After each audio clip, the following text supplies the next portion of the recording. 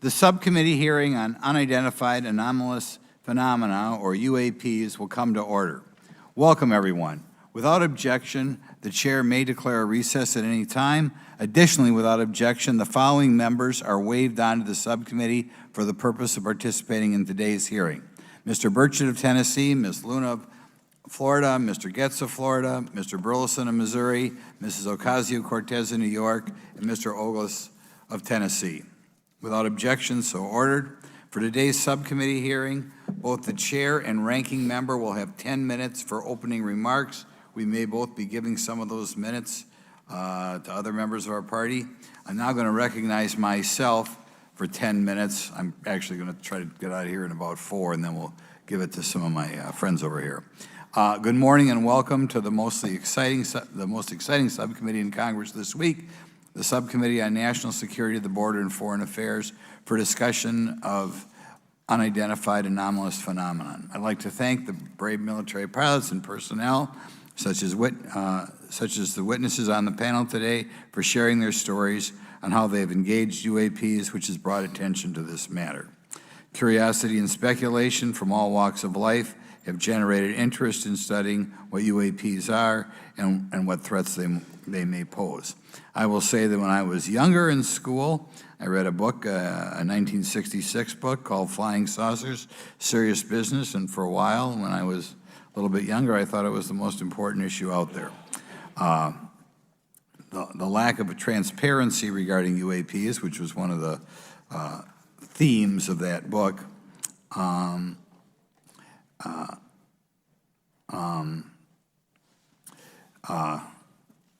in any event, it's led to interest in studying what UAPs are and what threats they pose. The lack of transparency regarding UAPs has fueled wild speculation and debate for decades, eroding public trust in the very institutions that are meant to serve and protect them, as is evidenced by the large number of people we have here. I also want to point out in 1966, President Gerald Ford claimed to have seen a UFO, and in 1969 in Georgia, Jimmy Carter claimed to have seen a UFO. So this has led Congress to establish entities to examine UAPs. The National Defense Authorization Act of 2022 established the All-Domain Anomaly Resolution Office, or AARO, to conduct or to coordinate efforts across the Department of Defense and other federal agencies to detect, identify, and investigate UAPs. However, AARO's budget remains classified, prohibiting meaningful oversight from Congress. In addition to AARO's efforts, NASA is leading an independent study on UAPs that will identify how UAP data is gathered from both civilian and government entities that can be analyzed to shed light on the topic. However, despite these offices being established, there lies a pressing demand for government transparency and accountability that cannot be overlooked, and that's been a problem that's been around for 50 years. The Biden administration handling of the Chinese spy balloon that violated U.S. airspace is one example how the government is not prepared for these. The Biden administration's description of events has shown that the government continues not to be forthright. Between the Chinese balloon being shot down and 2 UAPs subsequently shot down following the event earlier this year, the U.S. government spent $1.5 million in taxpayer dollars on missiles, yet we have seen little clarity from the Biden administration. We must demand transparency from the Department of Defense, our intelligence community, and our defense industry on the UAP work. We're going to ask some questions about that today. Congress recognizes the subject of UAPs is multifaceted and requires a careful, data-driven approach. Today, we'll see clarity from these witnesses' testimonies, or we'll seek clarity as to what can be done to improve reporting for military and civilians and remain committed to objective inquiry. Congress should work to ensure that knowledge is not driven by fear. Today, we are not just debating the existence of UAPs, we are deliberating on the principles that define our republic, which is a commitment to transparency and accountability. I look forward to hearing from our witnesses today about ways we can improve government efficiency and openness when it comes to UAPs. I thank each of you for your presence here today and for your dedication to safeguarding the interests of the American people. I look forward to your testimony. Now I'm going to turn it over for 2.5 or 3 minutes to Representative Burchett from Tennessee.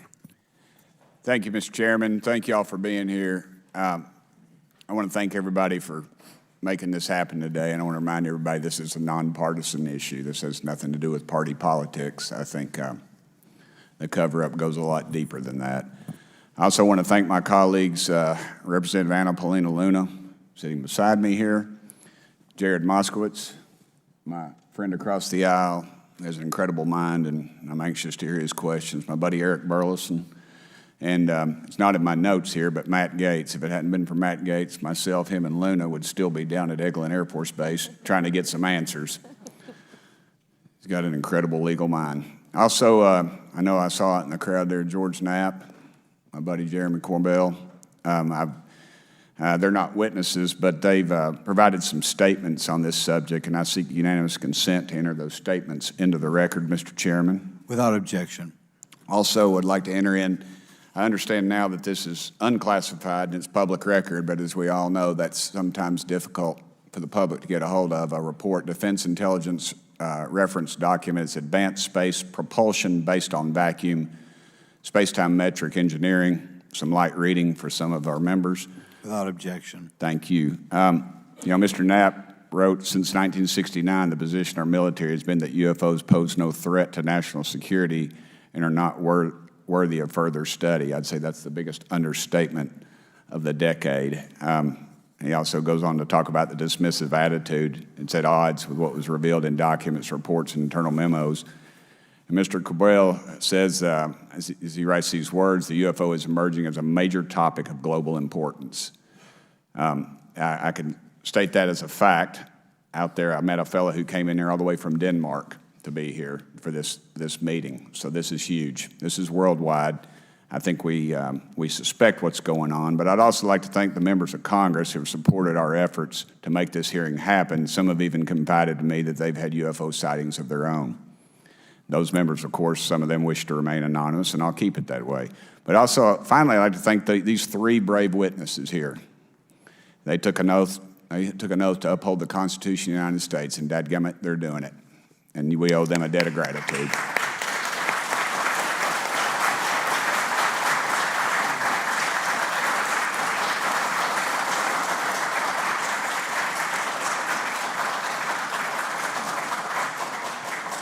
Y'all quit clapping, you're cutting in on my time. Just kidding. These folks, they've got nothing to gain from this, and I think you're going to find out that they've endured quite a few slings and arrows. We need to remember them in our prayers and their families. And I'm thankful to them for their honest testimonies. They have done interviews and appeared in documentaries like Accidental Truth to get their stories out there, and now they are all here to testify under oath for Congress. It's been so difficult to get here today. I've said, in the Baptist church, we'd say that the devil's in our way.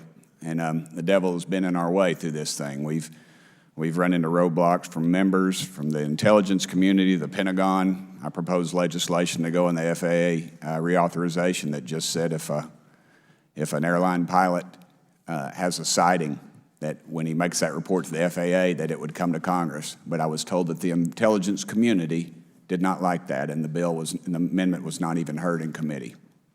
I think it's time for this country to take back our country. We need to tell the folks at the Pentagon they work for us. Dadgummit, we don't work for them. And that's exactly the point. This is an issue of government transparency. We can't trust a government that does not trust its people. We're not bringing little green men or flying saucers into the hearing. Sorry to disappoint about half y'all. We're just going to get to the facts. We're going to uncover the cover-up, and I hope this is just the beginning of many more hearings and more people coming forward about this. And I yield back the remainder of my time. I think, is it to Representative Luna, Mr. Chairman, or is that? Yeah, we'll call Ms. Luna for her statement. The circumstances surrounding UAPs has captivated the attention of the American people for decades, ingrained in even the minds of our nation's leaders from Jimmy Carter to Barack Obama, Hillary Clinton to Donald Trump, Marco Rubio to Chuck Schumer, John Radcliffe to National Security Council officials. Yet from Roswell, New Mexico to the coast of Jacksonville, Florida, the sightings of UAPs have rarely been explained by the people who have firsthand accounts of these situations. This is largely due to the lack of transparency by our own government and the failure of our elected leaders to make good on their promises to release explanations and footage and mountains of overclassified documents that continue to be hidden from the American people. This isn't just how I feel. In fact, the American people largely believe that the government has actively covered up the truth about UAPs. One poll in particular found that 68% of Americans believe that the government is hiding information about UAPs and not being honest about what we know about them. And from my personal experience, I believe the same thing. Another poll found that nearly half Americans believe that the federal government is doing a very bad or somewhat bad job of dealing with reports of UFO sightings. As Representative Burchett just referenced on the FAA bill that just went through, you can tell that that's exactly happening. Considering the thousands of testimonies and videos taken on people's phones and eyewitnesses' accounts made by credible witnesses such as doctors, pilots, scientists, and active duty service members, it is unacceptable to continue to gaslight Americans into thinking that this is not happening or that the potential of intelligent life forms exists other than humans. Even more alarming is the fact that these eyewitnesses are many of times service members and have no assurance that their lives will not be negatively impacted or even harmed by their experiences. In being an active duty service member working on an airfield, I've had conversations with many pilots where they were in fear of coming forward for retribution and or being taken off flight status. How do we know this? Because the government has said nothing to assure us otherwise. They have also did nothing to calm the concerns of over 20% of Americans who have reported to have seen UFOs or UAPs. We are simply told not to question the government and that the government has it under control. Today is the first hearing of its kind where we will attempt to get down to the bottom of what is actually happening with UAPs. But we will hear from people who have had personal sightings rather than Pentagon bureaucrats who have always been sent to stonewall our investigations.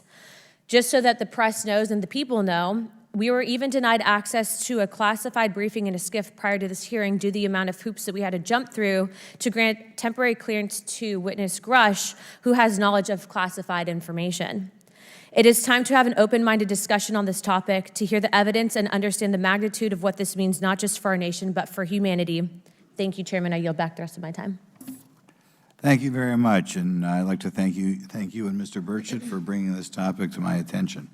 Now we'll recognize National Security Subcommittee Ranking Member Garcia for 10 minutes. Well, thank you, Mr. Chairman, and I want to thank first our witnesses for joining us today. I want to begin by thanking you all for your service to our country and for sharing your voices today and your courage to be here as well. To Mr. Graves, particularly grateful to you to spend some time that we had for you to share with candor some of your experiences, so I appreciate that as well. I do want to thank all the members of our subcommittee today and also those that are here and have waved on for their incredible interest in this issue, particularly to Congressman Burchett. I know that your leadership has brought us to this place today, and I want to thank you for that, as well as everyone else that's been engaged in this work. I also want to thank the oversight staff, who I know has been working very hard to ensure that today's hearing is serious, that it's transparent, and that it also provides appropriate answers, as our oversight body always demands. Now, it's really important that we're here in a bipartisan way to have this conversation, which really, to the heart of it, is about national security and key to the subcommittee's core purpose. This is the subcommittee on national security of the Oversight Committee. Now, our witnesses will testify today that UAPs have posed a serious safety threat, and we must understand this. More broadly, we're dealing with real questions that get to the heart of our faith in government. Faith in our institutions, as we all know, is at an all-time low. Partisanship and alternative facts make it too easy to doubt narrative or our institutions. But this hearing will offer the public unique perspectives, building on years of reporting by both federal agencies and the independent media. Now, some of the earliest reporting on this issue was a groundbreaking 2017 New York Times report, which revealed research, as we know now, on unidentified anomalous phenomena, or as many call UFOs, by the Defense Intelligence Agency. Mr. Graves and Commander Fravor's experiences with UAPs have also been documented by the public, not just by the New York Times, but CNN and many other national news outlets. Now, the Office of the Director of National Intelligence has published public reports documenting UAPs, and on June 9th, 2022, NASA announced that the agency is commissioning a study to, of course, examine unidentified anomalous phenomena. Now, the sheer number of reports, whistleblowers, and stories of unidentified anomalous phenomena should raise real questions and warrant investigation and oversight, and that's why we are here today. Now, pilots have reported encounters for years. Now, because of the stigma around reporting these incidents, we still don't have a complete picture of actually what's going on, particularly as our witnesses will testify on the civilian side, and that is a real problem that we have today in the country. Now, it's very important that we show that Democrats and Republicans in Congress can come together in a bipartisan way to cut through misinformation and to look at the facts in a serious and thoughtful manner. If we are to advance oversight and public disclosure, we must also gain the broad support of the public. We will succeed getting facts out to the public faster if there is a broad public support as part of the process. Now, I understand fully the Department of Defense is hesitant to share information that could also undermine our national security by revealing information on the capabilities of our own aircraft, our sensors, and other sensitive material. At the same time, many people believe that we're withholding information from them, and that is dangerous also. I believe in openness and transparency. That is also the role of Congress, and I want to trust that the American people will be able to weigh the evidence and make up their own minds. Now, we have incidents where sensors, sometimes even multiple types of sensors, detect things that we cannot explain. UAPs, whatever they may be, may pose a serious threat to our military or civilian aircraft, and that must be understood. Now, my career and training as a longtime and career educator and teacher and researcher tell me that we should never rule anything out. We know that our space, of course, is vast and undiscovered. I also want to note that Mr. Sean Kirkpatrick, director of the All-Domain Anomaly Resolution Office, the component of the DoD office that investigates UAP data, has testified before the Senate this year that his unit has found no evidence of extraterrestrial activity. NASA has also stated that they don't have evidence of extraterrestrial life either, and we've heard this, of course, from some of our government agencies. And we should remind viewers and witnesses, which I think is really important, that we also cannot share classified information in public settings. But questions, of course, remain that people want to see data and information for themselves. The enormous interest in the hearing today underscores the importance of a fair and open look at the evidence from witnesses who can share their unique perspectives. Now, I know I certainly have a lot of questions, and I know that all the members of our committee do as well. We should come to this hearing with an open mind, and we should not let our existing ideas restrict us on either side. I hear over and over from many agencies the stigma around reporting and investigating UAPs prevents us from getting real answers. We know that whistleblowers have reported harassment, intimidation, or stigma as well, and this is not acceptable. If people can't report incidents which would have national security or safety implications, then that also has serious consequences for us. As ranking member of this subcommittee, I know my job would be completely impossible if whistleblowers or others feel intimidated to come before this committee. We can't be afraid of asking questions, and we can't be afraid of the truth. I'm proud to say that this hearing builds upon bipartisan work by members of the House and Senate dating many years back, which has sought to increase awareness within the Department of Defense and to mandate more of Congress of UAPs. We know the Senate is taking up an amendment to their defense authorization bill, which will create a commission with broad declassification authority, and we should all agree that that is an important step. Members of both parties and senior officials in multiple administrations have taken an interest in this issue, and we're proud to carry and build that confidence in the American people. This hearing will also not be the end of this discussion, but a new chapter and start to years and years of work that many folks, both in the public and within government, have been working on. We should encourage more reporting, not less, on UAPs. The more we understand, the safer we will be. We will hear testimony from witnesses today with a long record of service to the American people and with subject matter expertise. Our witnesses have a unique opportunity to share their perspective, insights, and their experiences with the American people. And I encourage all of my colleagues to engage with these difficult questions with an open mind and to follow the facts on behalf of our country. I also just want to say more broadly that we should look at this hearing and believe that everything is on the table as it relates to UAPs. I think an open mind is absolutely the best. I want to yield the 2.5 minutes, the remainder of my time, to the representative from Florida, Representative Moskovich, for an opening statement. He also has been very much engaged in this issue, and I want to thank him for his leadership. Congressman. Thank you, Ranking Member Garcia. Thank you, Mr. Chairman. I want to thank Tim Burchett and Anna Paulina Luna for their leadership in pushing this hearing forward. I want to thank, obviously, committee staff and their staff working on this on a bipartisan basis because many Americans are deeply interested in this issue, and it shouldn't take the potential of non-human origin to bring us together. Additionally, I want to thank the witnesses for coming forward to share your perspectives, your thoughts, and the sightings of UAPs. Unlike other hearings many times in Congress, you're not here to help a political party, but you're here to share information with the American people. And it's not something that is just going on in this administration. It's something that's spanned many administrations. For decades, many Americans have been fascinated by objects mysterious and unexplained, and it's long past time that they got some answers. The American public has a right to learn about technologies of unknown origins, non-human intelligence, and unexplainable phenomena. Those are not the words of a UFO Twitter account, though that is a direct quote from Majority Leader Chuck Schumer, that the American public has a right to learn about technologies of unknown origins, non-human intelligence, and unexplainable phenomena. In an interview with Fox News, recent former Director of National Intelligence John Radcliffe confirmed the U.S. government is aware a lot more sightings of UAPs, and that they have not made that information public. I quote, "There are a lot more sightings that have not been made public," Radcliffe said to Fox News. For me, this hearing is about transparency. We unfortunately live in a time in which many people distrust government and our institutions, and overclassification of information away from the American public or even Congress contributes to today's politics. The American people have regular questions. What are UAPs? How come the media doesn't report more on them? Are they foreign adversaries? Are they U.S. technology? Are they something else? They ask themselves, how come when a Russian jet shoots flares at one of our drones, we have perfect pictures and videos to show the American people and the world, but when it comes to UAPs, nothing? Of course, we must always protect our national security to maintain our superiority, like when stealth helicopters were only rumored to exist, but were used in the Osama bin Laden raid in 2011.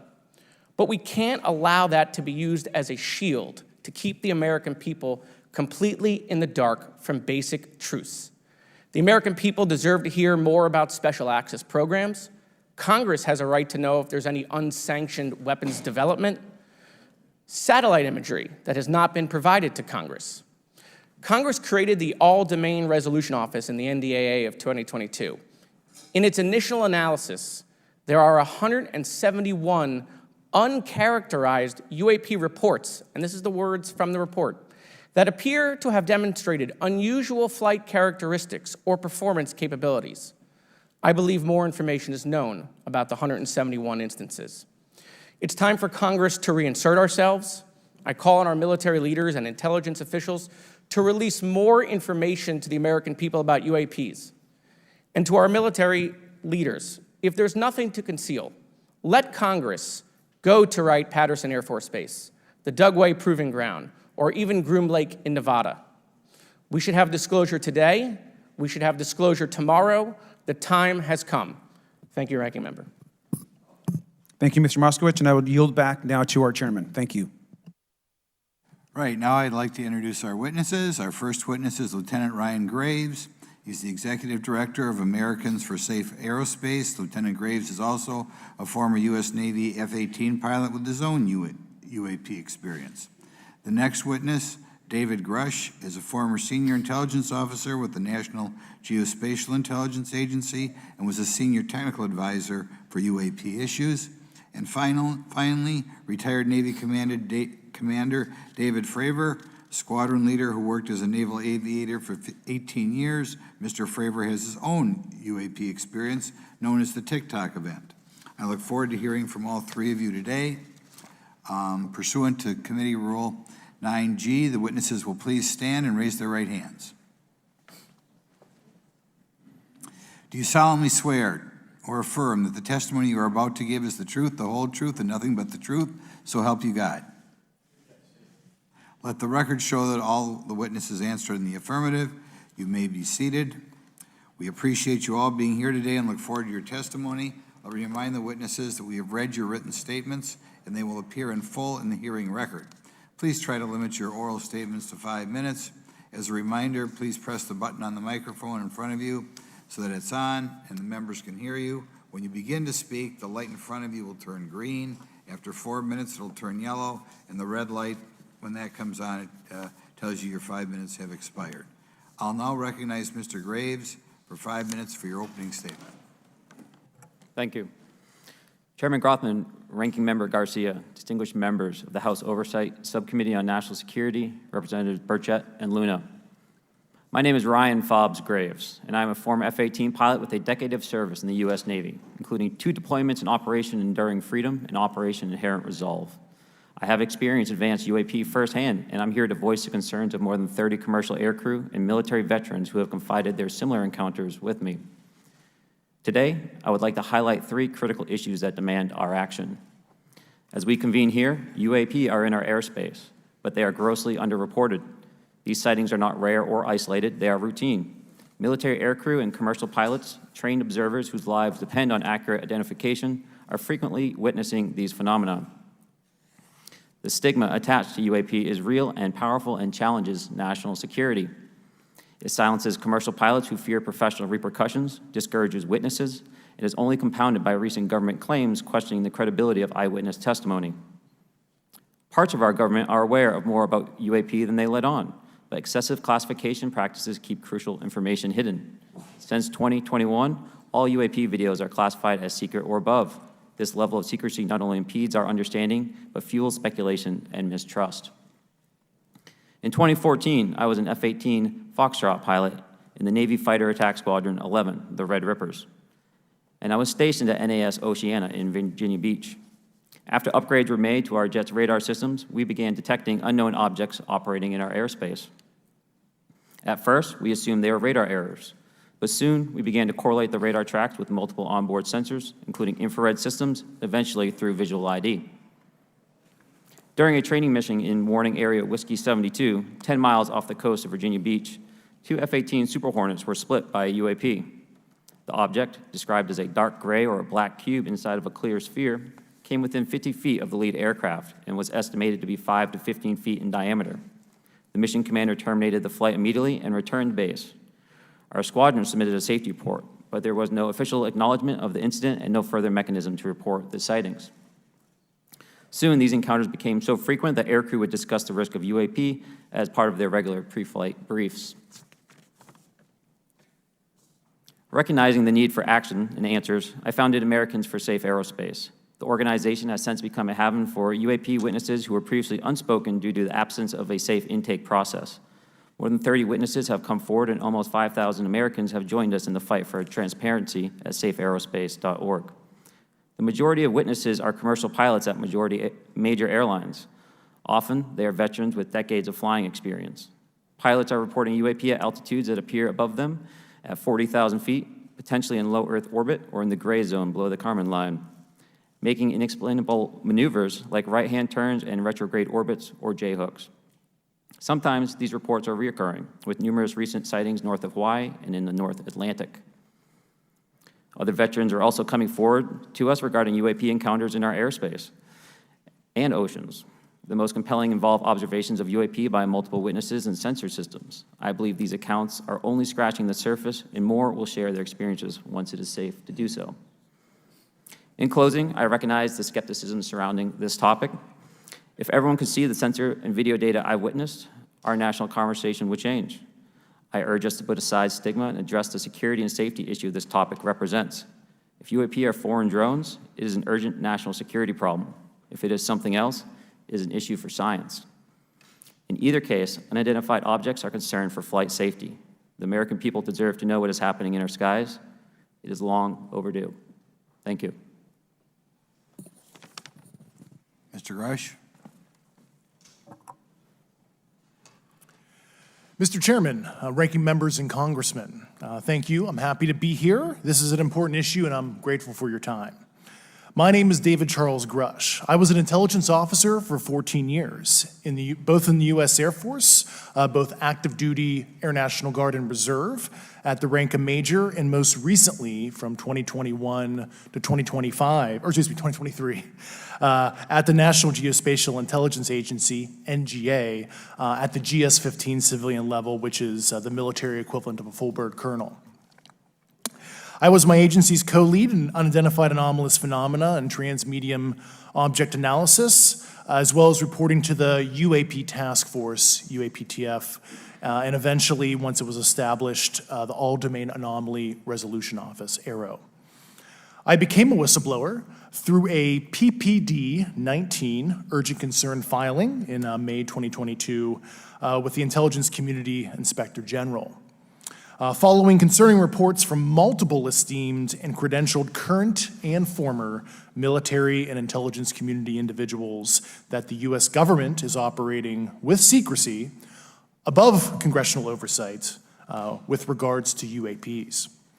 My testimony is based on information I've been given by individuals with a long-standing track record of legitimacy and service to this country, many of whom also have shared compelling evidence in the form of photography, official documentation, and classified oral testimony to myself and my various colleagues.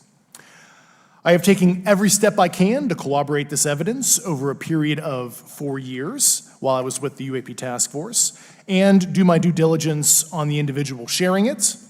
This is because of these steps, I believe strongly in the importance of bringing this information before you. I am driven by a commitment of both to truth and transparency, rooted in our inherent duty to uphold the United States Constitution and protect the American people. I'm asking Congress to hold our government to this standard and thoroughly investigate these claims. But as I stand here under oath now, I am speaking to the facts as I've been told them. In the U.S. Air Force, in my National Reconnaissance Office, NRO, reservist capacity, I was a member of the UAP Task Force from 2019 to 2021. I served at the NRO Operations Center on the Director's Briefing staff, which included the coordination of the Presidential Daily Brief and supporting variety of contingency operations, which I was the Reserve Intelligence Division Chief backup. In 2019, the UAP Task Force Director asked me to identify all special access programs and controlled access programs, also known as SAPs and CAPs, we needed to satisfy our congressionally mandated mission, and we were direct report at the time to the DepSecDef. At the time, due to my extensive executive level intelligence support duties, I was cleared to literally all relevant compartments and in a position of extreme trust, both in my military and civilian capacities. I was informed in the course of my official duties of a multi-decade UAP crash retrieval and reverse engineering program, to which I was denied access to those additional read-ons when I requested it. I made the decision, based on the data I collected, to report this information to my superiors and multiple inspectors general, and in effect becoming a whistleblower. As you know, I've suffered retaliation for my decision, but I am hopeful that my actions will ultimately lead to a positive outcome of increased transparency. Thank you, and I'm happy to answer your questions. Thank you. Commander Fravor? Thank you. Thank you, Mr. Chairman, Congressmen, Congresswomen. I want to first thank you for the invitation to speak to the committee on the UAP topic that has been in the news for the past 6 years and seems to be continuing to gain momentum. As you know, my name is David Fravor. I'm a retired commander in the United States Navy. In 2004, I was a commanding officer of Strike Fighter Squadron 41, the world-famous Black Aces. We were attached to Carrier Wing 11, stationed on board the USS Nimitz, and had begun a 2-month workup cycle off the coast of California. On this day, we were scheduled for a 2v2 air-to-air training with the USS Princeton as our control. When we launched off Nimitz, my wingman was joining up. We were told that the training was going to be suspended and we were going to proceed with real-world tasking. As we proceeded to the west, the air controller was counting down the range to an object that we were going to, and we were unaware of what we were going to see when we arrived. The controller had told us that these objects had been observed for over 2 weeks, coming down from over 80,000 feet, rapidly descending to 20,000 feet, hanging out for hours, and then going straight back up. For those who don't realize, above 80,000 feet is space. We arrived at the location at approximately 20,000 feet, and the controller called merge plot, which means that our radar blip was now in the same resolution cell as the contact. As we looked around, we noticed that we saw some whitewater off our right side. It's important to note that the weather on this day was as close to perfect as you could ask for off the coast of San Diego. Clear skies, light winds, calm seas, no whitecaps from waves. So the whitewater stood out in a large blue ocean. All 4 of us, because we were in F-18Fs, so we had pilots and Wizzo in the back seat, Looked down a small, saw a white tic-tac object with a longitudinal axis pointing north-south and moving very abruptly over the water like a ping pong ball. There were no rotors, no rotor wash, or any sign of visible control surfaces like wings. As we started clockwise towards the object, my Wizzo and I decided to go down and take a closer look with the other aircraft staying in high cover to observe both us and the tic-tac. We proceeded around the circle about 90 degrees from the start of our descent, and the object suddenly shifted its longitudinal axis, aligned it with my aircraft, and began to climb. We continued down another 270 degrees, nose low, where the tic-tac, or we considered 270 degrees to where, and we went nose low to where the tic-tac would have been. Our altitude at this point was about 15,000 feet, and the tic-tac was about 12,000. As we pulled nose onto the object, within about a half mile of it, it rapidly accelerated in front of us and disappeared. Our wingmen, roughly 8,000 feet above us, lost contact also. We immediately turned back to see where the white water was at, and it was gone also. So as we started to turn back towards the east, the controller came up and said, "Sir, you're not going to believe this, but that thing is at your cap point roughly 60 miles away in less than a minute." You can calculate the speed. We returned to Nimitz. We were taking off our gear. We were talking to one of my crews that was getting ready to launch. We mentioned it to them, and they went out and luckily got the video that you see, that 90-second video. What you don't see is the radar tape that was never released, and we don't know where it's at, of the active jamming that the object put on an APG-73 radar, and I can get into modes later if you're interested. What is shocking to us is that the incident was never investigated. None of my crew were ever questioned. Tapes were never taken, and after a couple days, it turned into a great story with friends. It wasn't until 2009 till Jay Stratton had contacted me to investigate. Unbeknownst to all, he was part of the ATIP program in the Pentagon led by Lou Elizondo. There was an unofficial official report that came out that's now on the internet. Years later, I was contacted by the other pilot, Alex Dietrich, and asked if I'd been contacted, and I said no, but I'm willing to talk. I was contacted by Mr. Elizondo, and we talked for a short period of time, and he said we'd be in contact. A few weeks after that, I was made aware that Lou had left the Pentagon in protest and joined forces with Tom DeLonge, Chris Mellon, Steve Justice, and others to form Two Stars Academy, an organization that pressed the issue with leading industry experts and U.S. government officials. They worked with Leslie Keene, who is present today, Ralph Blumenthal, and Helene Cooper to publish the articles in the New York Times 2017 New York Times, and it removed the stigma on the topic of UFOs, which is why we're here today. Those articles open the door for the government and public that cannot be closed. It has led to an interest from our elected officials who are not focused on little green men, but figuring out where these craft are, where they're from, the technology they possess, how do they operate. It also led to the Whistleblower Protection Act and the NDAA. There are multiple witnesses coming forward to say that have firsthand knowledge, and Mr. Grusch just covered that. What concerns me is that there's no oversight from our elected officials on anything associated with our government processing or working on craft. Believe it not from this world. This issue is not a full public disclosure that could undermine national security, but it is about ensuring that our system of checks and balances works across all work done in the government using taxpayer funds. Relative to government programs, even unacknowledged WAVE programs have some level of oversight by the appropriate committee members in the House and Senate, and this work that is said to be occurring from whistleblower testimonies should not be exempt.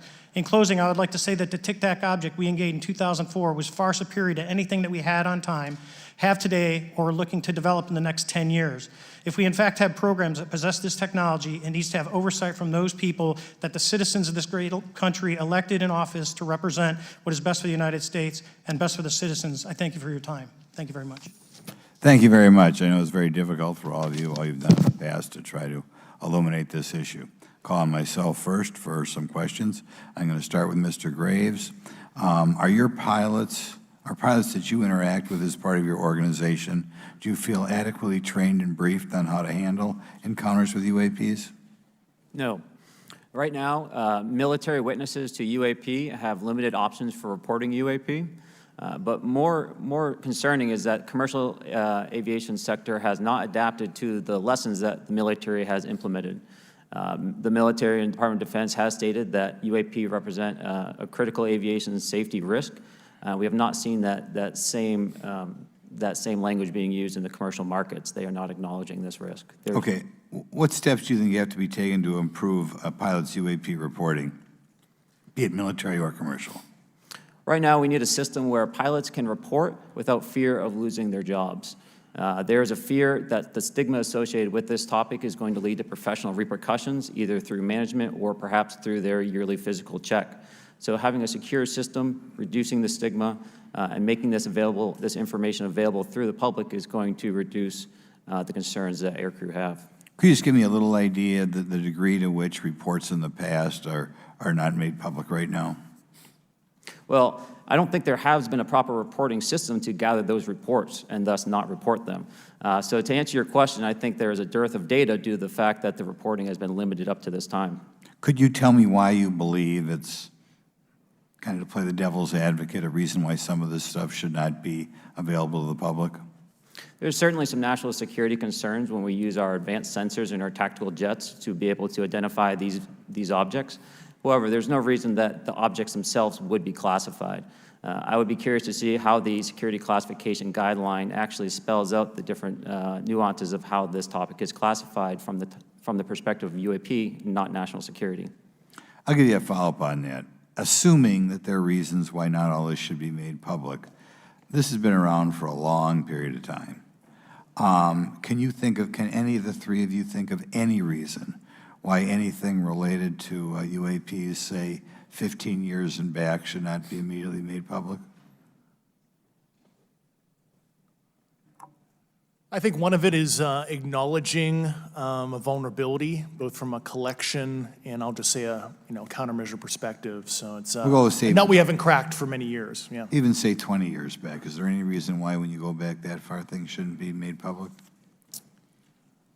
Unless it shows a specific national security vulnerability as it relates to a weakness in a particular defense system. Okay, Mr. Fravor, the TikTok incident that you were engaged occurred in 2004. What kind of reporting took place after that incident? None. We had a standard debrief where the backseaters went down to our carrier intel center and briefed what had happened, and that was it. No one else talked to us, and I was in the top 20 in the battle group. No one came. The captain was aware, the admiral was aware, nothing was done. Your commanding officers provide any sort of justification? No, because I was the commanding officer of the squadron, so no. Was this incident the only UAP event that you encountered while you were a pilot? Yes, it was. Okay. This is for any one of you. Based off of each of your experiences and observations, do you believe UAPs pose a potential threat to our national security? Yes, and here's why.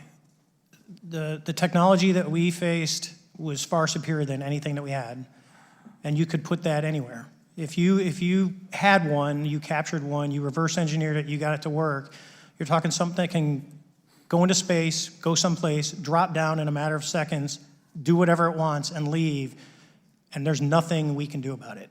Nothing. Okay. You two? Well, I would also like to add, from a commercial aviation and military aviation perspective, we deal with uncertainty in our operating space as a matter of our professional actions. Identifying friend from foe is very important to us. And so when we have unidentified targets and we continue to ignore those due to a stigma or a fear of what it could be, that's an opening that our adversaries can take advantage of. What steps should be taken to better understand and respond to UAP encounters in the interest of national security?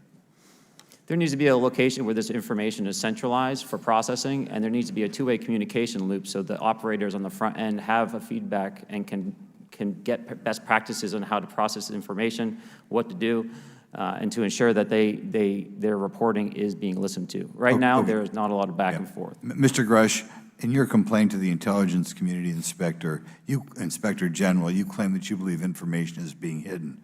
What kind of information do you think was hidden, and do you think it should remain hidden? Yes, I can speak to that very briefly in an unclassified manner. As you know, the preponderance of my complaint was classified to the intelligence communities. Both material acquisition and exploitation activity, also baselining the UAPs but not sharing it with intelligence professionals that are actually doing step briefs to pilots, that kind of information. Yeah. Okay. Thank you very much. Now we'll go to Mr. Garcia. Thank you. Again, thank you all for your service and for testifying today. Want to just talk about the UAPs as it relates to what we're seeing in the pilots' interaction with UAPs. Particularly, Mr. Graves, one of the, I think, concerns that for members of this committee is this idea that pilots, there's no system to actually report UAPs and the stigma around pilots. And so can you just briefly, you mentioned that you're working with 30 pilots right now that have had encounters with UAPs, but you've also, I believe, discussed and know of many more pilots. This is just those that you're currently working with. Is that correct? Can you expand on that? Certainly. I'll break that down in 2 ways. First, when we were first experiencing these objects off the eastern seaboard in the 2014 to 2015 time period, anyone that had upgraded their radar systems were seeing these objects. So there was a large number of my colleagues that were detecting these objects off the eastern seaboard. They were further correlating that information with their other onboard sensors, and many of them also had their own eye sightings as well of these objects. Now, that was our personal firsthand experience at the time. Since then, as I've engaged this topic, others have reached out to me to share their experiences, both on the military side as well as the commercial aviation side. On the military aviation side, veterans that have recently got out have shared their stories and have expressed how the objects we were seeing in 2014, 2015 continued all the way to 2019, 2020, and beyond. And so it became a generational issue for naval aviators on the eastern seaboard. This was something we were briefing to new students. This is something that was included in the notice to airmen to ensure that there was no accidents. And now with commercial aviators, they are reaching out because they're having somewhat similar experiences as our military brothers and sisters, but they do not have any reporting system that they can send this to. And let me just add, both to Mr. Fravor as well as Mr. Graves, not having this system for reporting, would you both agree that it's harmful to not just our national security interests, but to understand this phenomenon of what's happening with UAPs? I think it's actually a travesty that we don't have a system to correlate this and actually investigate.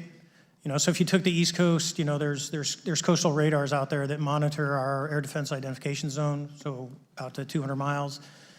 They can track these, you know, so when you see them, they could actually go and pull that data and get maneuvering. And instead of just having the airplanes, there's other data sources out there. And I've talked to other government officials on this. So you need a centrally located repository that these reports go to. So if you just stuck it in DOD, you wouldn't get anything out of the Intelligence Committee because they have a tendency to not to talk. But if you had a central location where these reports would come in, not just military, but also commercial aviation, because there's a lot of that going on, especially if you talk to anyone that flies from here to Hawaii, over the Pacific, they see odd lights. So I think you need to develop something that allows you a central point to collect the data in order to investigate. Mr. Graves? I would concur with everything Mr. Fravor said. I'll continue to say that the commercial pilots that have reached out to me through Americans for Safe Aerospace are doing so because they don't feel there's another way for them to report this safety issue. And I think one of the clear outcomes of this hearing already is that there has to be a safe and transparent reporting process for pilots, both on the commercial side and the military side, to be able to report UAPs in a way that's also transparent, but also understands the scope of our national security interests and what may be classified or not. But I think there has to be some sort of system, and so that's something that I hope can be an outcome that this committee can work on. Is there anything else for the two of you briefly beyond this reporting system that you think that we can do as a government to encourage and facilitate more civilian reporting? I think we're doing it right now. Okay, great. I think this hearing is going to show the American people that their government takes this topic seriously. And how about civilians that may not be pilots? What kind of process could be in place for civilians who are not pilots, who may have UAP encounters? Do either of you have any suggestions that could facilitate that? My recommendations would be to make that a sensor-centric operation in order to make it as objective as possible. Okay. Sir, Mr. Fravor? No, I agree with Mr. Graves on that. Okay. Just briefly, I also just want to note, particularly for the two pilots, and I have a question for Mr. Grusch. One of the things that I found fascinating in our discussion, Mr. Graves, last night as well, is that you both described UAPs and formations and the way they are observed in space or in our air, and the way that they move is essentially ways in which current technology or aircraft that we know of are unable to actually function or move. And so will you just, for the public record, again, once again, briefly just either describe or note that aircraft that are being witnessed, particularly by the 30 folks that you're working with, are essentially outside the scope of anything that we know of today and the technology we have today. Mr. Graves, Mr. Fravor? Yes, the objects that are being seen by commercial pilots are performing maneuvers that are unexplainable due to our current understanding of our technology and our capabilities as a country, and that applies for the military as well. Mr. Fravor? Yeah, I concur with that. We have nothing that can stop in midair and go the other direction, nor do we have anything that can, like in our situation, come down from space, hang out for 3 hours, and go back up. Thank you. My last question, and sometimes I know that you have also said some of these answers in the past, but we're trying to get them on the public record as well, which is really important. Mr. Grusch, finally, do you believe that our government is in possession of UAPs? Absolutely, based on interviewing over 40 witnesses over 4 years. And where? I know the exact locations, and those locations were provided to the Inspector General and some of which to the intelligence committees. I actually had the people with the firsthand knowledge provide a protected disclosure to the Inspector General. Thank you. And Mr. Chairman, I would just say that I think that these questions are important questions, and I look forward to being involved in the process to get those answered. I know there'll be a lot of questions from other committee members, so I yield back. Thank you. We'll go to Mr. Burchett himself. Thank you, Mr. Chairman. Thank you, Mr. Garcia. I would like to have you on my legislation to do just that, on the reporting, and we'll get together on that. Maybe you can be my co-sponsor on that. That'd be really cool. Thank you for those great questions. Mr. Graves, again, I'd like to know, how do you know that these were not our aircraft? Some of the behaviors that we saw in a working area, we would see these objects being at 0.0 Mach, that's 0 airspeed, over certain pieces of the ground. So what that means, just like a river, if you throw a bobber in, it's going to float downstream.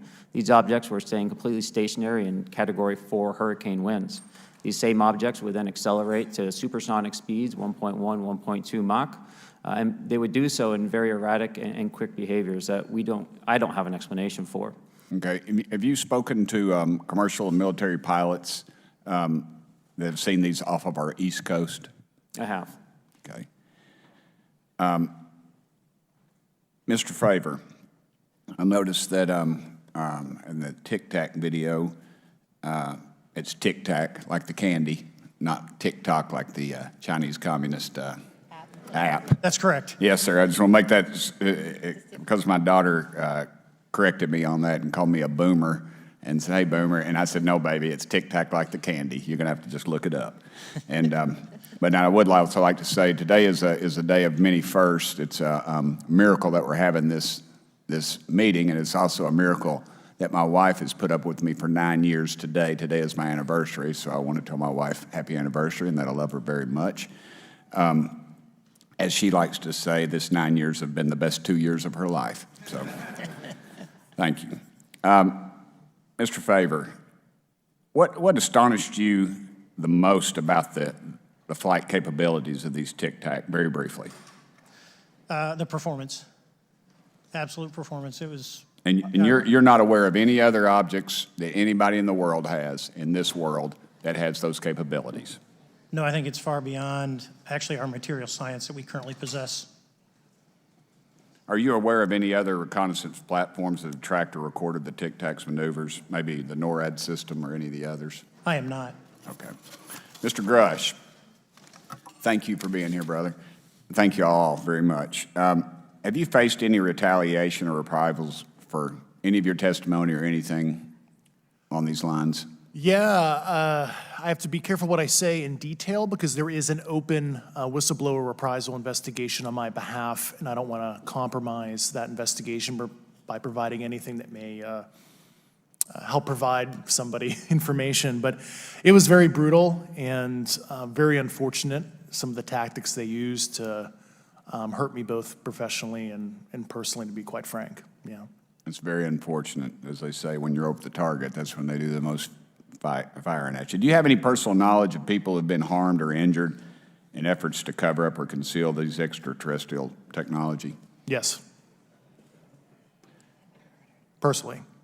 Have anyone been murdered that you would that you know of or have heard of, I guess? I have to be careful asking that question. I directed people with that knowledge to the appropriate authorities. Maybe in a, if we could get in a confidential area, SCIF, we could talk about that. But unfortunately, we were denied access to the SCIF, and that's very unfortunate in this scenario. Mr. Fravor, do you believe that you witnessed an additional object under the water in relation to your encounter? I will say we did not see an object. There was something there to cause the whitewater, and when we turned around, it was gone. So there was something there that obviously moved. Okay, it was not the same object though that you were looking at, correct? No, we actually joked that the Tic Tac was communicating with something when we came back, and because the whitewater disappeared. We were in another instance. We're told about the capabilities of a jamming during viewing of when there were some people chasing some of these objects. Did you experience any of that jamming or interrupting your radar or weapons system? My crew that launched after we landed experienced significant jamming to the APG-73 radar, which was what we had on board, which is a mechanically scanned, very high-end system prior to the APG-79. And yes, it did pretty much everything you could do: range, velocity, aspect, and then it spit the lock, and the targeting pod is passive. That's what we were able to get the video on. I'm about to run out of time, but are you aware of any of our enemies that have that capability? No. Okay, I would also like to note for the record that, like George Knapp, breaking Area 51, he's the reason I knew about that, and the reason I know about the Tic Tacs is Leslie Keene from New York Times article, and I would encourage everybody to read that. Thank you, Mr. Chairman. I yield back to you for no time. Very good. Mr. Raskin? Thank you, Mr. Chairman. Mr. Graves, you reported UAP encounters during training flights, I think, and have since come forward to warn the Pentagon that these encounters may be putting pilots at risk. My first question is, you've identified these as taking place on the East Coast. Is it just on the East Coast where these encounters have been reported? No. Since the events initially occurred, I've learned that the objects have been detected essentially where all operations, Navy operations are being conducted across the world. And that's from the Ultimate Anomaly Resolutions Office reporting. All right, can you describe your experience after you decided to come forward and go public with your experience? Certainly. Like many others, in 2017, I saw the New York Times article come out as well. And for me, it was special because I recognized the voices on the video. I recognized the video itself. I had seen it when it was taken. I'd seen it when it was debriefed. And so that kind of shook me because I realized that this problem was still ongoing. And so I reached out to colleagues back on the East Coast and realized that this was still a safety risk that they were dealing with, that they had essentially hit a wall with how they could move forward on this conversation. It was at that point when I decided to try to move the conversation forward myself. Are there common characteristics to the UAPs that have been cited by different pilots, and can you describe what the convergence of descriptions is? Certainly. We were primarily seeing dark gray or black cubes inside of a clear sphere. I'm sorry, dark gray or black cubes? Yes, inside of a clear sphere, where the apex or tips of the cube were touching the inside of that sphere. And that was primarily what was being reported when we were able to gain a visual tally of these objects. And that occurred over almost 8 years. And as far as I know, it's still occurring. So I take it that you're arguing what we need is real transparency in a reporting system so we can get some clarity on what's going on out there, because there are many pilots in your situation, but we should have a way of developing a systematic inventory of all of such encounters. Is that right? Yes, and I think we need both transparency and the reporting. We have the reporting, but we need to make sure that information can be promulgated to commercial aviation as well as the rest of the populace. Mr. Grusch, what about you? What was your experience after you came forward? Well, it's only been about 2 months or so I guess my experience has been overwhelming support from former colleagues of mine that have privately messaged me, and I do appreciate that. But I do have knowledge of active planned reprisal activity against myself and other colleagues, and it's very, very upsetting to me. Coming from where? Certain senior leadership at previous agencies I was associated with. And that's all I'll say publicly, but I can provide more details in a closed environment. Okay. Well, I hope you understand that there would be bipartisan rejection of any attempt to vilify, demonize, or engage in other reprisals against our witnesses and people who are telling the truth from their perspective. Yeah, there were certain colleagues of mine that were brutally administratively attacked, and it actually makes me very upset as a leader to see that happen to other coworkers and actually superiors of mine over the last 3 years. How do you account for that response? That seems like a bizarre response. I call it administrative terrorism. That's their quiver, their tool in the toolbox to silence people, especially the career government service cares about their career, cares about their clearance, their reputation to climb the ladder. And when you threaten that float, career path, a lot of people back off. But I'm here to represent those people, so. Mr. Fravor, what about you? What has your experience been since you've come forward with your perspective on this? Actually, I've been treated very well. And the 6 people that were involved, myself included, all of them have or will be retiring from the military as 05s or 06s. And all my friends that are very senior, 3 and 4 stars, I've talked to them, they believe, they understand there's a problem, but no, I was actually treated really well. And what is your general interpretation of these phenomena, or what is your current thinking of trying to make sense of them? Well, I'll say, I'm not like a UFO fanatic. It's not me, but I will tell you that what we saw with 4 sets of eyes over a 5-minute period, still, there's nothing, we have nothing close to it. It was amazing to see. I told my buddy I wanted to fly it, but yeah, it's just an incredible technology. All right, Mr. Chairman, thank you very much. I'll yield back to you. Thanks. On to Ms. Luna. Mr. Grusch, in speaking to you yesterday, I just wanted to follow up on Representative Raskin's questions. In the last couple of years, have you had incidences that have caused you to be in fear for your life for addressing these issues? Yes, personally. Okay. Yeah. I just want everyone to note that he's coming forward in fear of his life. To put in perspective, if they were really not scared about this information coming out, why would someone be intimidated like that? To your knowledge, are NHIs working with adversarial foreign governments in either technology exchange programs or back engineering programs? I don't have data on that. I'm not sure. Have you heard or you had people come forward to present that evidence? Not that particular evidence that you just espoused. Okay, on the 19th of April, Dr. Kirkpatrick, head of Aero, had said that he did not find any evidence of UAPs. You also stated that you had, in your interview, that you had briefed him on information that you were uncovering, but that he did not follow up with you. Were the items that you divulged to him pertinent to national security? Yes, him and I had a classified conversation in April 2022 before he took over Aero in July 2022, and I provided him some concerns I had. Do you know why he might not have followed up with you? Unfortunately, I cannot read his mind. I wish he did. I was happy to give sage counsel to him on where to look when he took the helm of Aero. Okay, and then my last question for you before I move to Mr. Graves is you received prior approval from the Defense Department to speak on certain issues, correct? Correct, through DOPSR, DoD Pre-Publication and Security Review, and I just want to remind the public, they're just looking from a security perspective.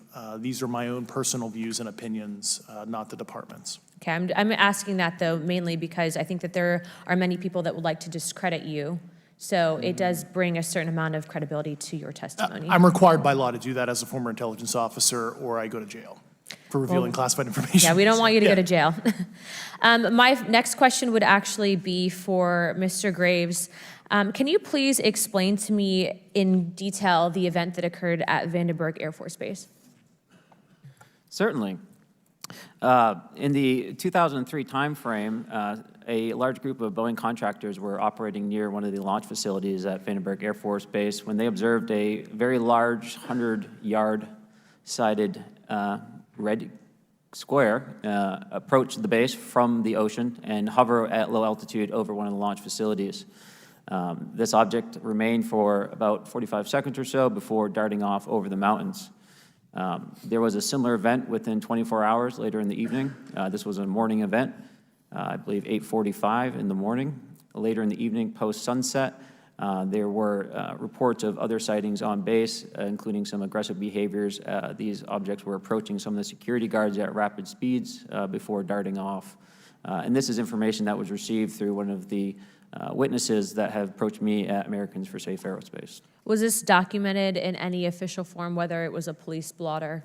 Yes, they had official documentation and records from the event that the witness held over the years. And I'm not going to ask you to do it right now for time reasons, but you'd be able to sketch what was witnessed, correct? And have you seen that before on any other equipment and/or during your flight time? I have not seen what they've described. This object was estimated to be almost the size of a football field. and I have not seen anything personally that large. Okay, and then another question on follow-up referencing the gimbal video Go Fast incident. Can you just clarify, because to our understanding, the footage was actually cut off at a certain point, but what happens at the end of that video, just for those Americans specifically that are wanting to know about the rest of that footage? Certainly.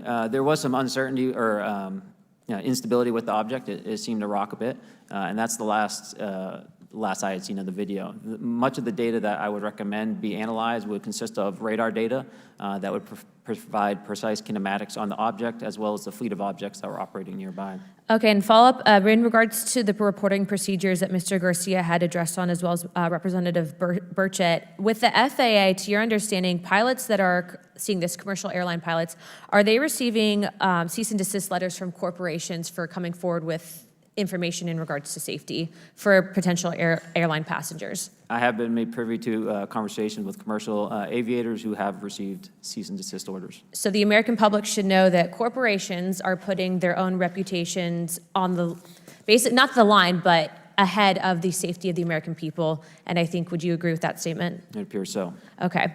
And I guess this would be my last, I'm out of time. I yield. I'll be back. Good. Mr. Moskowitz. Thank you, Mr. Chairman. Gentlemen, let's talk about the laws of physics for a second. Mr. Graves and Commander Fravor, I heard you talk about speed. When those objects broke the sound barrier, did they make a sonic boom? I was in a jet. You can't hear anything. It's kind of loud in there. Yeah, you're not able to actually personally tell within the vehicle. I will say the objects that we were seeing, they were spherical, and they were observed up to Mach 2, which is a very non-aerodynamic shape. What about G-forces? Let's talk about G-forces of those vehicles. Could a human survive those G-forces with known technology today? No. No, not for the acceleration rates that we observed. Okay. What about what they look like? How close did you get? Did you see a seam or a rivet or a section? And what I mean is, obviously, the jets you're flying have all those things. Did these objects have those? Do you want to go, Ryan? I didn't have the detail to be able to tell that. So we got within a half mile of Tic Tac, which people say that's pretty far, but in airplanes, that's actually relatively close. No, it was perfectly white, smooth, no windows, although when we did take the original FLIR video that is out there, when you put it on a big screen, it actually had two little objects that came out of the bottom of it. But other than that, no windows, no seams, no nothing. Mr. Grusch, as a result of your previous government work, have you met with people with direct knowledge or have direct knowledge yourself of non-human origin craft? Yes, I personally interviewed those individuals. Mr. Grusch, as a result of your previous government work, have you met with people with direct knowledge or have direct knowledge yourself about ATs, advanced technologies that the U.S. government has? Based on conventional advanced tech, I was briefed to the preponderance of the Defense Department's both space and aerospace compartmented programs, yeah. Do you have knowledge or do you have reason to believe that there are programs in the advanced tech space that are unsanctioned? Yes, I do. Okay. Yeah. And when you say that they're above congressional oversight, what do you mean? Complicated question. So there's, some, I would call it abuse here. So congressional oversight of conventional special access programs, so I'll use Title 10, so DOD as an example, right? So 10 U.S. Code Section 119 discusses congressional oversight of SAPs, discusses the DepSecDef's ability to waive congressional reporting. However, the Gang of Eight is at least supposed to be notified if a waived or waive bigoted unacknowledged SAP is created, and that's public law. Well, so that how does, I don't want to cut you off, but how does a program like that get funded? I will give you generalities. I can get very specific in a closed session, but misappropriation of funds and Does that mean self-fund. that there is money in the budget that is said to go to a program, but it doesn't, and it goes to something else? Yes, I have specific knowledge of that. Yep. Do you think U.S. corporations are overcharging for certain tech they're selling to the U.S. government, and that additional money is going to programs? Correct, through something called IRAD. Okay. Satellite imagery. Let's talk about satellite imagery. We have satellites all over the place, some that we're aware of and many that we're not aware of, right? We're taking pictures of everything at every point and second. Mr. Grusch, are you aware, do you have direct knowledge, or have you talked to people with direct knowledge that there are satellite imagery of these events? That was one of my primary tasks at NGA, since we process, exploit, and disseminate that kind of information. I've seen multiple cases, some of which, to my understanding, and of course, I left NGA in April, so that's my information cutoff date. But I personally reviewed both what we call overhead collection and from other strategic and tactical platforms that I could not even explain prosaically. And I have a degree in physics, by the way, as well. And I am aware that you guys have not seen these reports, unfortunately. And I don't know why. Do you have direct knowledge, or you've spoken to people with direct knowledge that this imagery applies to crash sites, crash imagery? I can't discuss that in an open session. Okay. Do you have any information that the U.S. government is involved in a disinformation campaign to deny the existence of certain UAPs? I can't go beyond what I've already stated publicly in my News Nation interview because it touches other sensitivities. Okay. I'll yield the balance of my time back. Thank you, Mr. Chairman.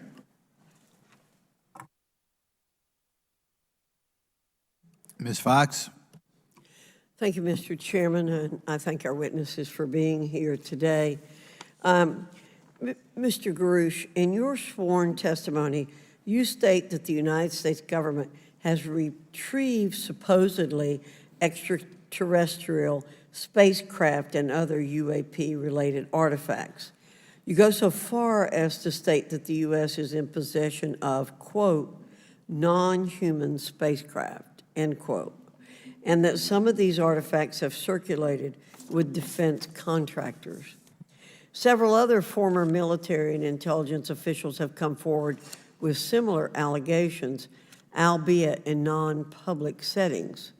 However, Dr. Sean Kirkpatrick, the director of AARO, previously testified before Congress that there has been, and I quote, no credible evidence thus far of extraterrestrial activity or of, quote, off-world technology brought to the attention of the office. To your knowledge, is that statement correct? It's not accurate. I believe Dr. Kirkpatrick mentioned he had about 30 individuals that have come to Aero thus far. A few of those individuals have also come to Aero that I also interviewed, Okay. and I know what they provided Dr. Kirkpatrick and their team. Okay. I was able to evaluate Okay, that information. I need to go on. Sure. But my understanding that his statement is accurate, came from a direct quote. And this contradiction is a perfect example of why we need to inject transparency into our government. And for another example, look no further than the pitiful response to the Chinese spy balloon debacle earlier this year. You may remember the mass confusion that ensued when the balloon was first spotted over Montana, 4 days after it first entered U.S. airspace over Alaska. The Biden administration's initial inability to address the object grew into a continuous series of embarrassments. After news of the balloon reached the mainstream media, we were assured that the balloon posed no threat to our security. However, after the balloon was allowed to transit the entire continental United States, fighter jets were scrambled off the coast of South Carolina to shoot it down. This flip-flopping and obfuscation caused needless confusion, fear, and panic across the country. It's my hope, Mr. Chairman, that this sort of confusion will not be repeated. We should investigate the extent to which elements of our government possess or do not possess information that is of critical value to the American people. We owe it to the citizens of this nation to make sure that our government is transparent and accountable. We must make sure that our government provides answers, and Congress must do its duty to solicit those answers. With that, Mr. Chairman, I yield back. Yeah, Mr. Frost. Thank you, Mr. Chairman. In 2022, NASA announced that it was commissioning an independent study team to examine UAPs. The NASA team is comprised of scientists across different fields, as well as former astronauts and pilots. In May, the independent study team held its first public meeting, which included the perspectives from NASA senior leaders, as well as perspectives from the Department of Defense and intelligence agencies.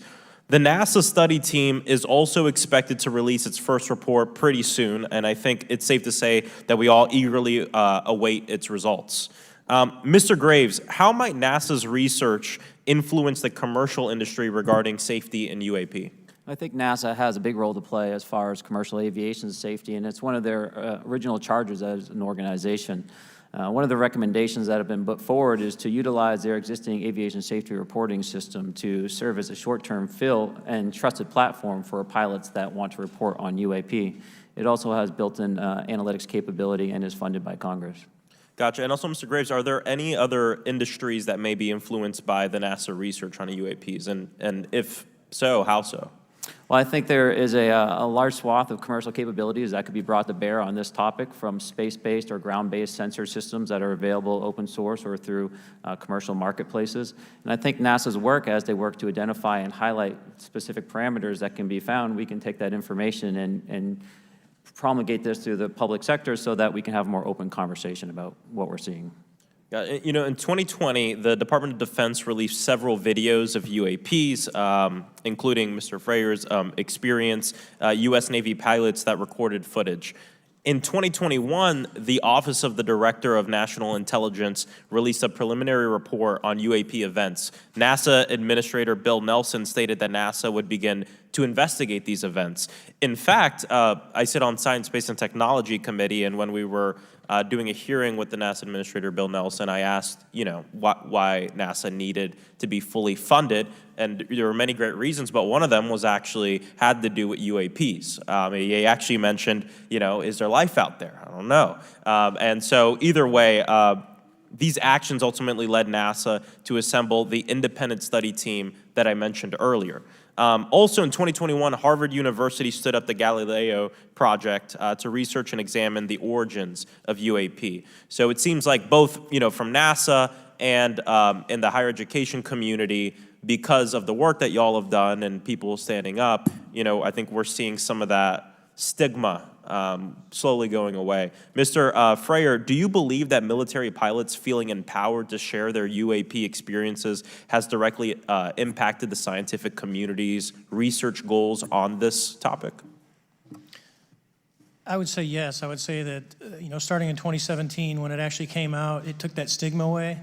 I mean, I've talked to multiple senators who said prior to that, if you'd have mentioned UAP, you'd have been laughed off the hill. And now we're sitting here today for a public testimony on what's actually going on. You know, I'm hoping that this curve will be more of an exponential and we'll get more and more transparent to the level that we can. Yeah, yeah, I mean, it's important. I couldn't imagine, you know, I'm not a pilot, but I used to fly gliders in Civil Air Patrol. Huh? Yeah, yeah. Pilot? I mean, you know. And so either way, I mean, I couldn't imagine, you know, being in the glider and seeing something, and then not feeling like I had the agency to talk about it.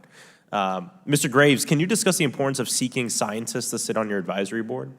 Absolutely. I think ultimately this is going to be a scientific problem. And not only that, it's also an engineering problem.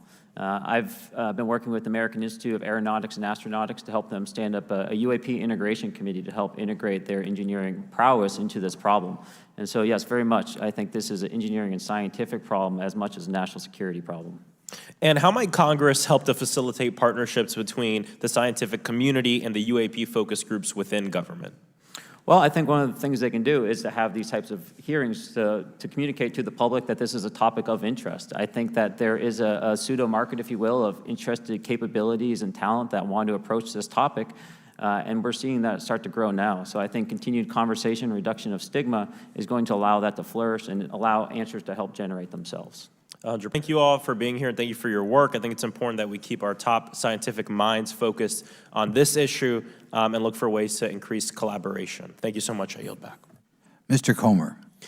Thank you, Mr. Chairman. Let me say I want to thank you for having this hearing, and I want to thank Mr. Burchett, Ms. Luna for leading this hearing. And with that, I yield my 5 minutes to Mr. Burchett.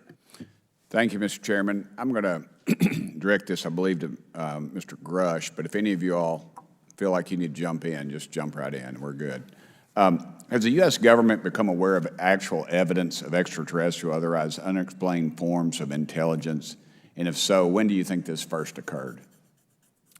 I like to use the term non-human. I don't like to denote origin. Keeps the aperture open, both scientifically. Certainly, like I've discussed publicly previously, 1930s. Okay.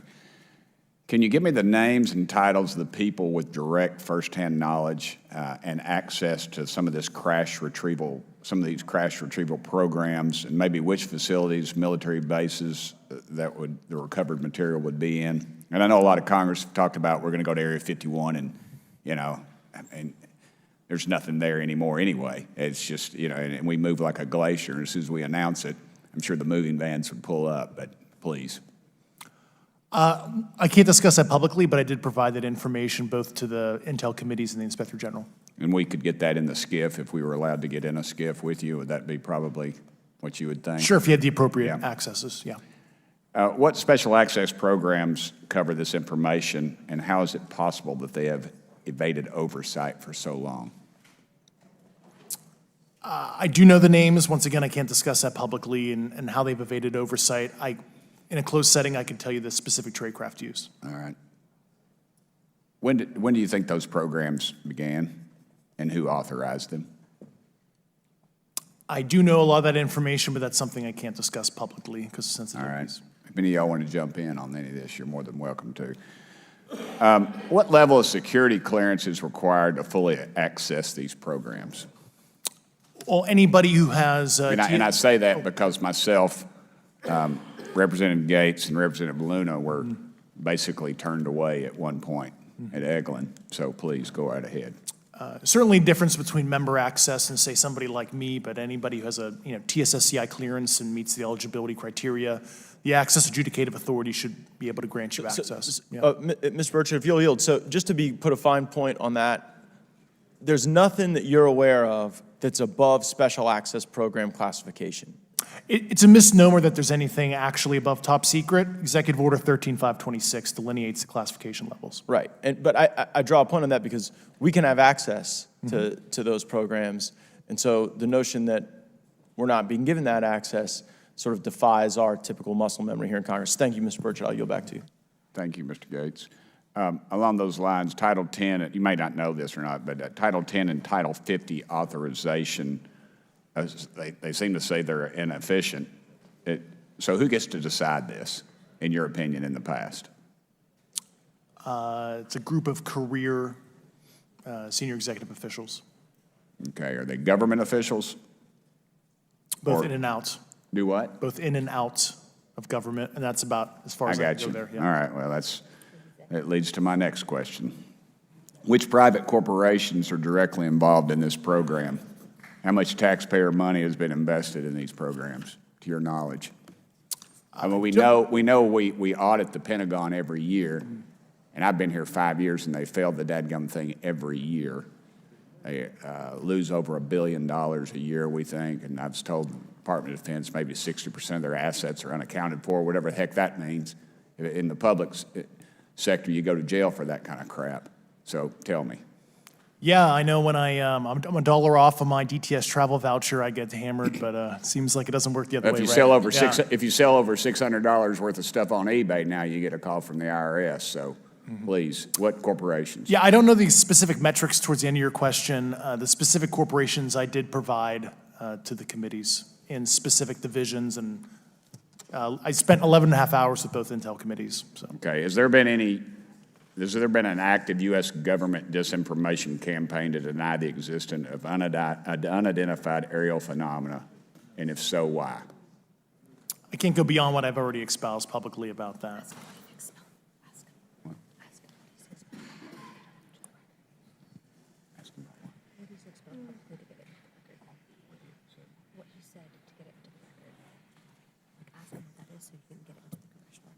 Okay, I've been told to ask you what that what that is and how to get it in the record. What Which have you stated publicly in your interviews for the congressional record? if you reference my News Nation interview and I talk about a multi-decade, campaign to disenfranchise public interest, Sorry, Mr. Basically. Chairman, I've gone. Yeah. Thank I you. apologize, Mr. Chairman. I yield back negative 21 seconds. Thank you. Ms. Ocasio-Cortez? Thank you, Mr. Chairman, and thank you to our witnesses for coming here today. I do concur with the ranking member as well as several other members here on this committee that this is a committee for whistleblowers and for the protection of whistleblowers as well. So we understand what you're putting on the table here and what you're putting on the line here, and we thank you for that. Mr. Grusch, you sat on the Unidentified Anomalous Phenomenon Task Force created in the 2020 NDAA, correct? Yes. There have been some things that have been mentioned here during this hearing that I wanted to pick up on.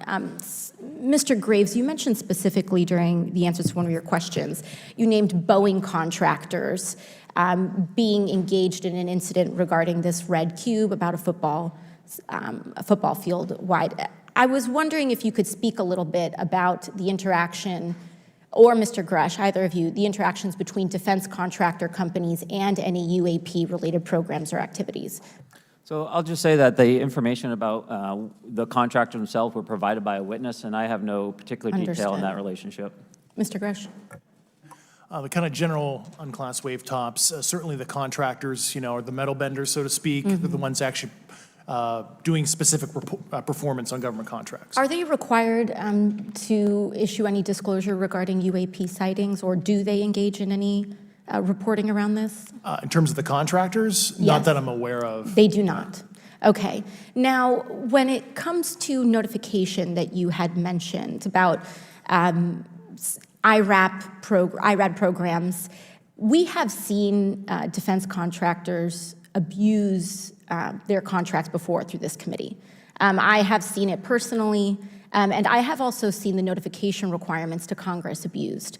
I am wondering, one of the loopholes that we see in the law is that there is, at least from my vantage point, is that depending on what we're seeing, is that there are no actual definitions or requirements for notification. What methods of notification did you observe? Like when they say they notified Congress, how did they do that? Do you have insight into that? For certain IRAD activities, I can only think of ones conventional in nature. Sometimes they flow through certain, I'll just say, SAP programs that have cognizant authority over the Air Force or something, and those are congressionally reported compartments, but IRAD is literally internal to the contractor, so as long as it's money, either profits, private investment, et cetera, they can do whatever they want. To put a finer point on it, when there is a requirement for any agency or company to notify Congress, do they contact the chairman of a committee? Do they get them on the phone specifically? Is this through an email to hypothetically a dead email box? A lot of it comes through what they call the PPR, Periodic Program Review Process, if it's a SAP or Controlled Access Program Equity, and then those go to the specific committees, whether it be the SAS, CAS, HISI. Thank you. I apologize, my time is limited. Mr. Graves, one of your main concerns is that the FAA currently does not have an official process to receive reports of UAP from pilots or others, correct? Correct. And in your experience, what data should the Aero program prioritize for potential collection? We have, location, date, time, but are there other specific characteristics that should be included in these reports? Certainly. I think that there's two categories that would be important. One would be kinematics and understanding the specifics of how the vehicle or objects are moving. And the second would be a more zoomed out approach of being able to look at origin and destination before the incident, as well as getting a better contextual understanding of how these objects are interacting with each other. Thank you. Now, because I only have a minute left, I apologize, we only have 5 minutes today, but for the record, if you were me, where would you look? Titles, programs, departments, regions, if you could just name anything. And I put that as an open question to the three of you. I'd be happy to give you that in a closed environment. I can tell you specifically. Thank you. Commander Fravor? And I would say, and I've told people that you have to know where to look. They're not going to divulge it to you because of the classification levels. But if you know where to look and who to talk to, which is exactly what Mr. Grusch can point you, then you have them. Okay. Mr. Graves? I was an operator, so I was depending on folks like Mr. Grusch to do that homework. Okay. Thank you very much. I yield back to the chair. Mr. Biggs? Thanks, Mr. Chairman. I thank the witnesses for being here today. I'm over here. Thank you so much for being here. I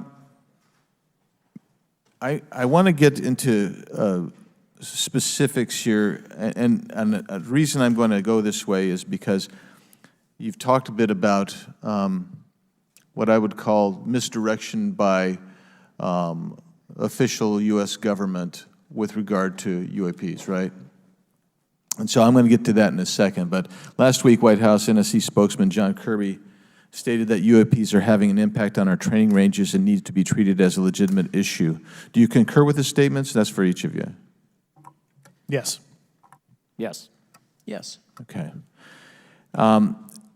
Now, having said that, I'm going to take you to specific instances around the Phoenix Valley, because that's where I live. And in '97, we had the famous Phoenix Light case. I don't know if any of you are familiar with that. There were two things that went along with that, and the explanation was military training range off Luke and the Barry Goldwater Range. Do you know anything different other than the official explanation of those lights? Only what's in the public vernacular about it. That was outside the scope of my duties. And if we wanted to, just my question along with my colleague from New York, Ms. Ocasio-Cortez, if we wanted to find out more about that, where would we go to find the files, and who would we address? And are you going to tell me we need to go to a SCIF so you can tell us in a SCIF? I could potentially give you a vector on that. That specific case, I'm familiar with it in terms of public, but I give you a vector in a closed environment, yeah. That would be good, thank you. So if it's true that UAPs are having an impact on training ranges, and this administration considers it to be a legitimate issue, what steps can Congress take to address training range impacts? And I say that having two very large training ranges in my state. And so we'll start with Mr. Graves and going down the panel. Some of the initial procedures have been implemented, such as within the United States Navy, that have a range failure report that gathers information from pilots. I understand that a service-wide reporting mechanism is still pending. However, that would be a great next step, not only for gathering information, but for showing the troops that it is an acceptable topic and reducing the stigma. Okay, please, all of you continue. Yeah, as a recipient of a lot of those training range reports, sometimes we only get contextual kind of oral reporting. It'd be nice if they attached all sensor data and there's a system in place that can handle multiple classifications of data. And that's an issue with the F-35, right? That jet was never built to be an ISR platform. And it's a pain in the, we'll just say, butt to get that data off. So, yeah. Great. Thank you. Yeah, I would agree with the previous two, being a user of those training ranges, that the data has to be out there. You have to acknowledge that you're seeing them, and then you have to collect the data. Right now, you get the report, someone says, I saw something, but no one collects the radar data to back it up and do research. Okay. Do you believe that the 2019 classification guidelines for UAPs interferes with the federal government's ability to be transparent with the American people? And do you think we need to be more transparent with the American people? All of you, yeah. I'll say yes to that. Yeah, I'm familiar with at least the UAP Task Force 2019 Security Classification Guide. I think it's fair. I did actually help author that with the director. You got a bias that way then. But I will say, I'll call it a lazy attitude about declassifying videos. I mean, I've seen some of the videos of the recent shoot down, and I saw no reason that couldn't have been released as long as they mask some data. The American people deserve to see that imagery in full motion video. I would think, well, in my opinion, I will say things are overclassified. I know for a fact the video or the pictures that came out in the 2020 report that had the stuff off the East Coast, they were taken with an iPhone off the East Coast. A buddy of mine was one of the senior people there, and he said they were originally classified at TSSCI. And my question to him was, what's TSSCI about these? They're an iPhone Right. literally off the vacapes. That's not TSSCI. So they're overclassified, and as soon as they do that, they go in a vault, and then you all have to look for them. Yeah, so with the overclassification, that may be one way. Are there other ways that the DOD or intelligence agencies are keeping this information from the American people or even from Congress? I think part of that has been not encouraging reporting. If the problem is not something that can be measured, it's not something that's going to be fixed. Okay, very good. Well, I'm out of time, and I thank you, Mr. Chairman, and I yield back. First of all, without objection, Representative Nick Langworthy of New York has waived on the subcommittee for purpose of questioning witnesses at today's subcommittee hearing. And then we go to Mr. Burleson. Thank you, Mr. Chairman. Appreciate you guys coming out today, testifying. Look, I've been here for 6 months, and I'm pretty skeptical. I don't trust anything in this town. And so I think that's because I'm from Missouri. You've got to show me, right? With that being said, there's been a lot of things that have been said in the public, Mr. Grusch, and so I want to get down to, if we can, some specifics, right? So at one point you had said that there has been harmful activity or aggressive activity. Has any of the activity been aggressive, been hostile in your reports? I know of multiple colleagues of mine that got physically injured. And the activity, and I got to... By UAPs or by people within the federal government? Both. Okay, so there has been activity by alien or non-human technology and or beings that has caused harm to humans?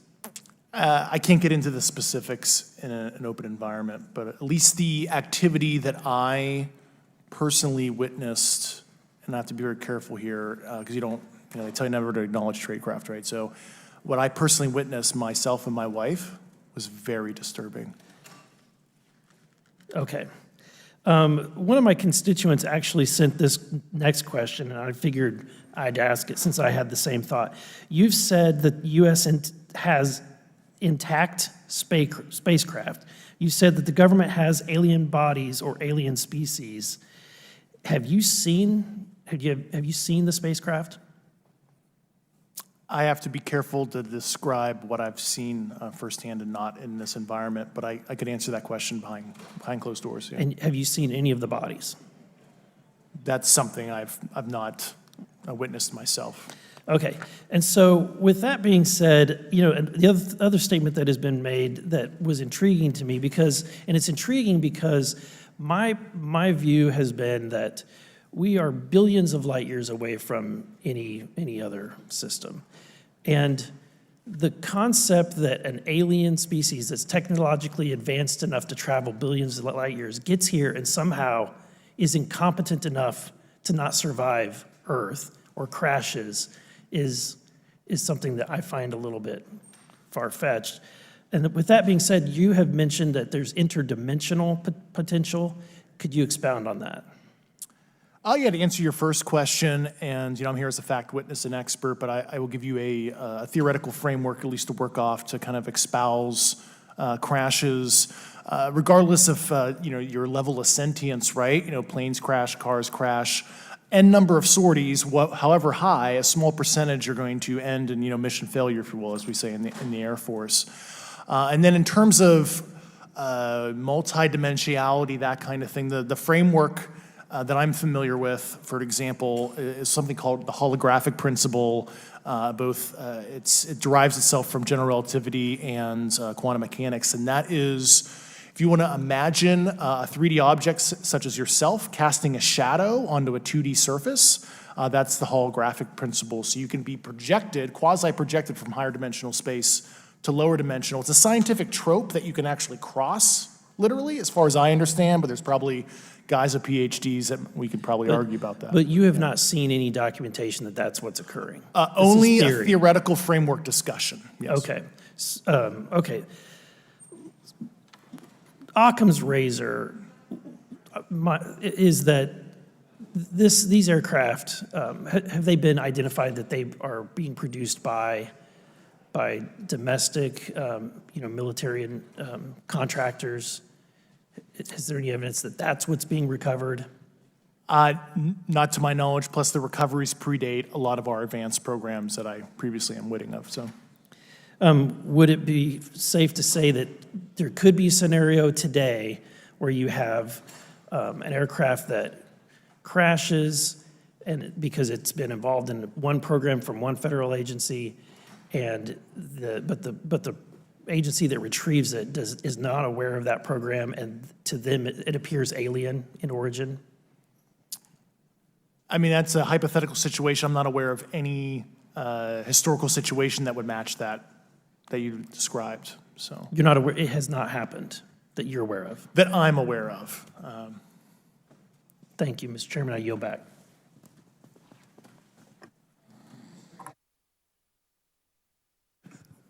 Several months ago, my office received a protected disclosure from Eglin Air Force Base indicating that there was a UAP incident that required my attention.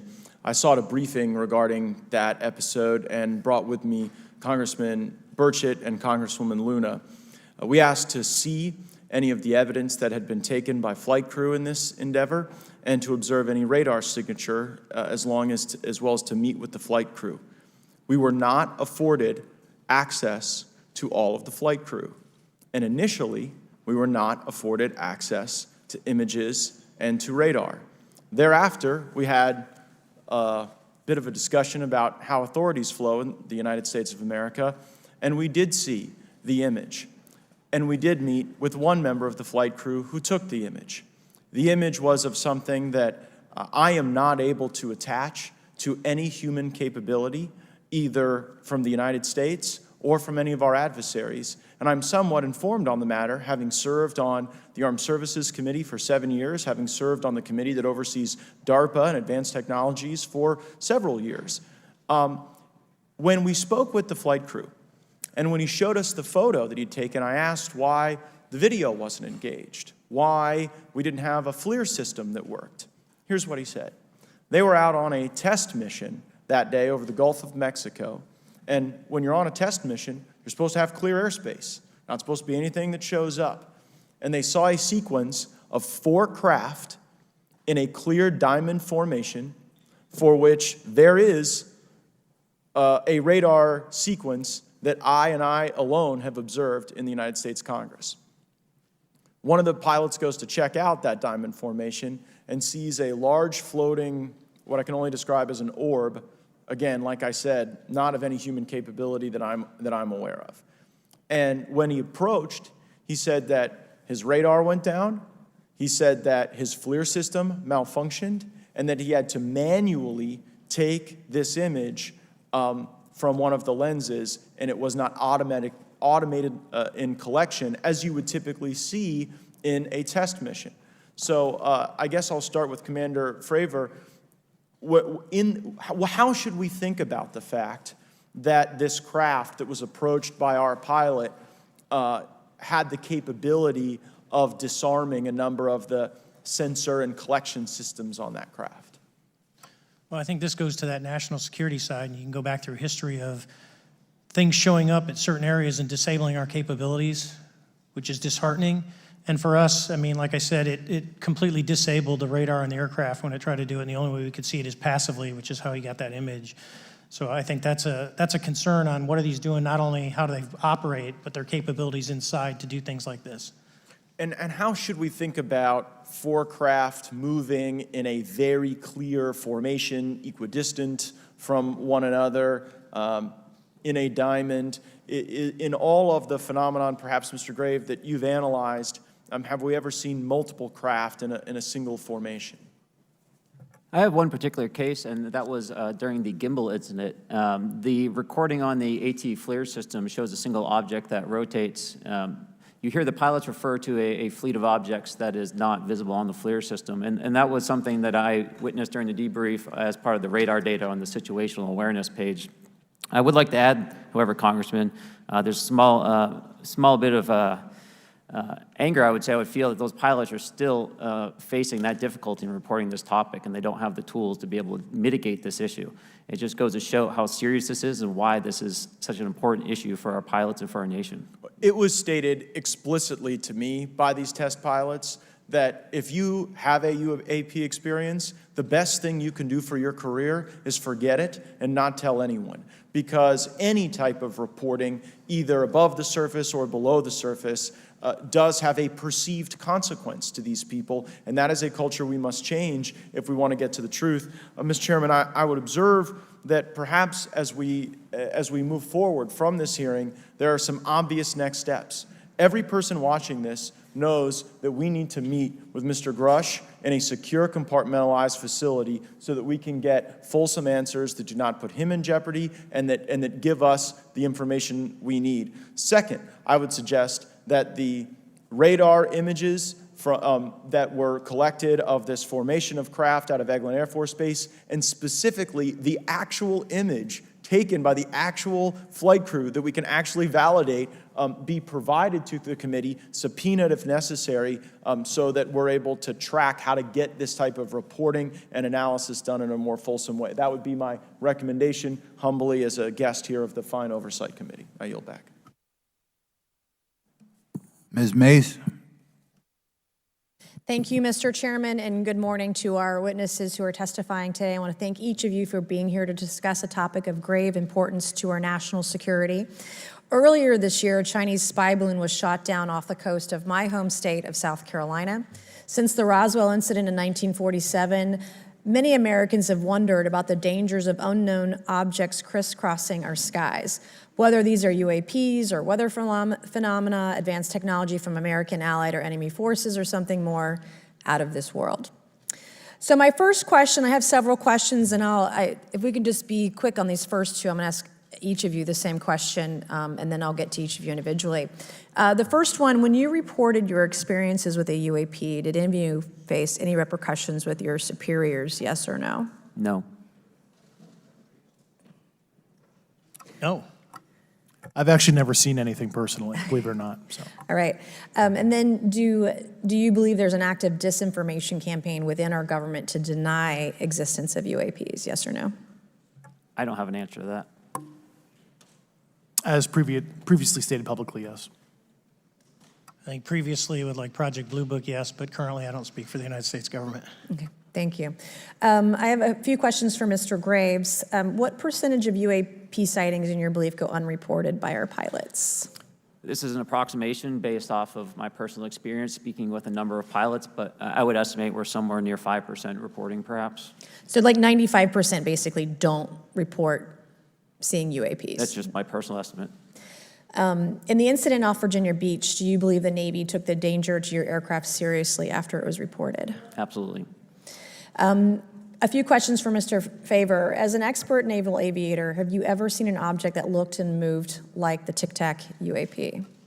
No. Did the Tic Tac UAP move in such a way that defied the laws of physics? The way we understand them, yes. Many dismiss UAP reports as classified weapons testing by our own government, but in your experience as a pilot, does our government typically test advanced weapon systems right next to multi-million-dollar jets without informing our pilots? No, we have test ranges for that. It took over 15 years for your encounter with the Tic Tac to be declassified. Do you feel there was a good reason to prevent lawmakers from having access to this footage? No, I just think it was ignored when it happened, and it just sat somewhere in a file. Never got reported. In a drawer. It happens a lot up here. Shocker. Mr. Grusch, a couple of questions for you too, sir, this morning. What percentage of UAPs do you feel are adequately investigated by the U.S. government, of the 5% that are reported? I can only speak for my personal leadership over at NGA. I tried to look at every report that came through that I could triage, so. Do you believe that officials at the highest levels of our national security apparatus have unlawfully withheld information from Congress and subverted our oversight authority? There are certain elected leaders that had more information that I'm not sure what they've shared with certain Gang of Eight members or et cetera, but certainly I would not be surprised. Okay. You've stated that the government is in possession of potentially non-human spacecraft. Based on your experience and extensive conversations with experts, do you believe our government has made contact with intelligent extraterrestrials? Something I can't discuss in public setting. Okay, I can't ask when you think this occurred. If you believe we have crashed craft, stated earlier, do we have the bodies of the pilots who piloted this craft? As I've stated publicly already in my News Nation interview, biologics came with some of these recoveries, yeah. Were they, I guess, human or non-human biologics? Non-human, and that was the assessment of people with direct knowledge on the program I talked to that are currently still on the program. And was this documentary evidence, this video, photos, eyewitness? Like, how would that be determined? The specific documentation I would have to talk to you in a skiff about. Gotcha.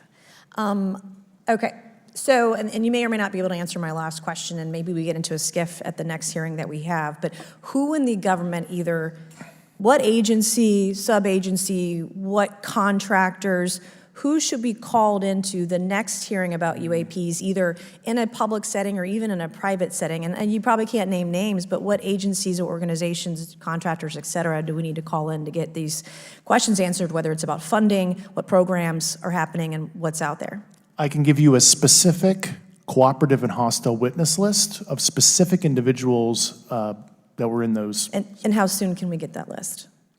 I'm happy to provide that to you after the hearing. Super, thank you, and I yield back. Okay, now we have Mr. Langworthy. Is he here? Okay. Thank you very much. I'd like to thank all of the witnesses for being here today to discuss this very unique topic. And I'd like to jump right into my questions, if you don't mind. Commander Fravor, can you briefly describe your background? Yeah, I was an enlisted Marine, Naval Academy graduate, Navy, flew for 18 years, got a master's from University of Houston, and I've worked in the private sector for the last, 16 years, 17 years. I do a lot of defense work. So. Really gold-plated credentials. Commander Fravor, we have all seen the floating Tic Tac video that you engaged with on November 14th, 2004. Can you briefly talk about why you were off the coast of San Diego that day? Yeah, we were at a workup with all the battle groups, so we integrate the ships with the carrier, the air wing with the carrier, and we start working. So we were doing an air-to-air defense to hone not only our skills, but those of the USS Princeton when they had been tracking them for 2 weeks. The problem was that there was never manned aircraft airborne when they were tracking them, and this was the first day, and unfortunately, we were the ones airborne and went and saw it. Do you remember the weather that day? Was it cloudy or windy or anything out of the ordinary on the Pacific coast? It was actually, if you're familiar with San Diego, it was a perfect day, light winds, no white caps, clear skies, not a cloud. It was, for flying, it was the best. Now, is it true that you saw, in your words, a 40-foot flying tic-tac-shaped object? That's correct. Or for some people that can't know what a tic-tac is, it's a giant flying propane tank. Fair enough. Did this object come up on radar or interfere with your radar or the USS Princeton? The Princeton tracked it, the Nimitz tracked it, the E-2 tracked it. We never saw it on our radars. Our fire control radars never picked it up. The other airplane that took the video did get it on a radar. As soon as it tried to lock it, it jammed the radar, spit the lock, and he rapidly switched over to the targeting pod, which you can do in the F-18. From what you saw that day and what you've seen on video, did you see any source of propulsion from the flying object, including on any potential thermal scans from your aircraft? No, there's none. There's no IR plume coming out. And Chad, who took the video, went through all the EO, which is black and white TV, and the IR modes, and there's no visible signs of propulsion. It's just sitting in space at 20,000 feet. In your career, have you ever seen a propulsion system that creates no thermal exhaust? No. Can you describe how the aircraft maneuvered? Abruptly, very determinate. It knew exactly what it was doing. It was aware of our presence, and it had acceleration rates. I mean, it went from 0 to matching our speed in no time at all. Now, if the fastest plane on Earth was trying to do these maneuvers that you saw, would it be capable of doing that? No, not even close. And just to confirm, this object had no wings, correct? No wings. Now, was the aircraft that you were flying, was it armed? No, never felt threatened at all. If the aircraft was armed, do you believe that your aircraft or any aircraft in possession of the United States could have shot the Tic Tac down? I'd say no, just on the performance, it would just left in a split second.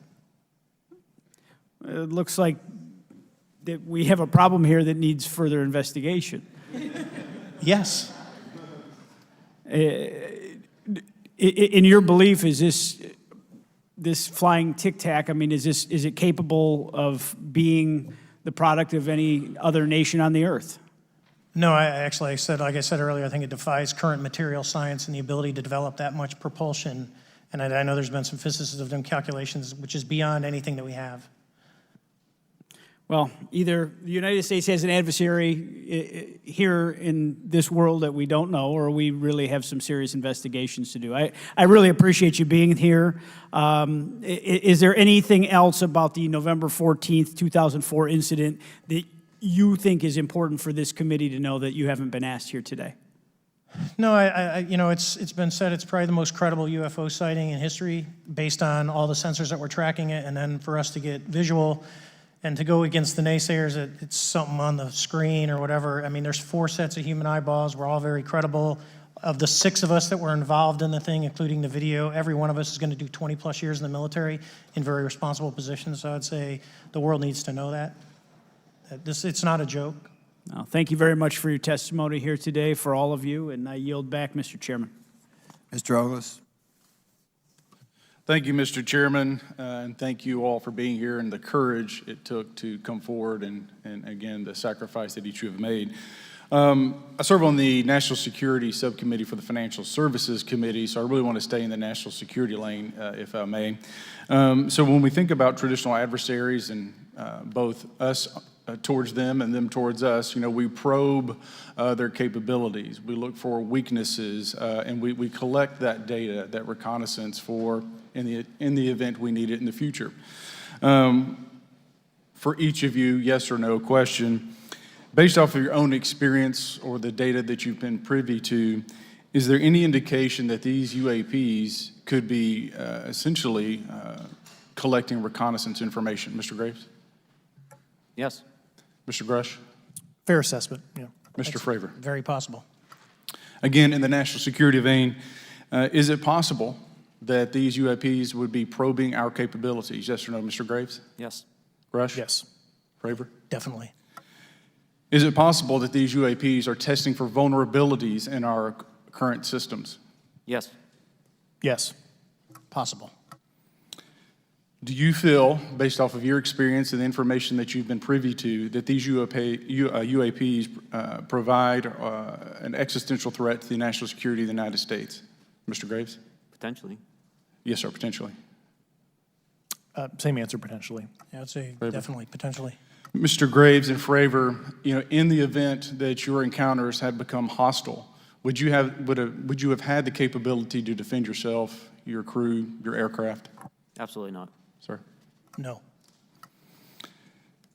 Is, based off of the information that you've been privy to, is there any indication that these UAPs are interested in our nuclear technology and capabilities? Yes. By external observation, sure, that could be a fair assessment, yeah. Yes. Is there any indication that the Department of Energy is involved in UAP data collection and housing? I don't have an answer. I can't confirm or deny that in a public setting. And could you do it in a secure setting? Yes. Mr. Fravor? No, I don't know. Mr. Chairman, I think I'm the last member to go, but there clearly is a threat to the national security of the United States of America.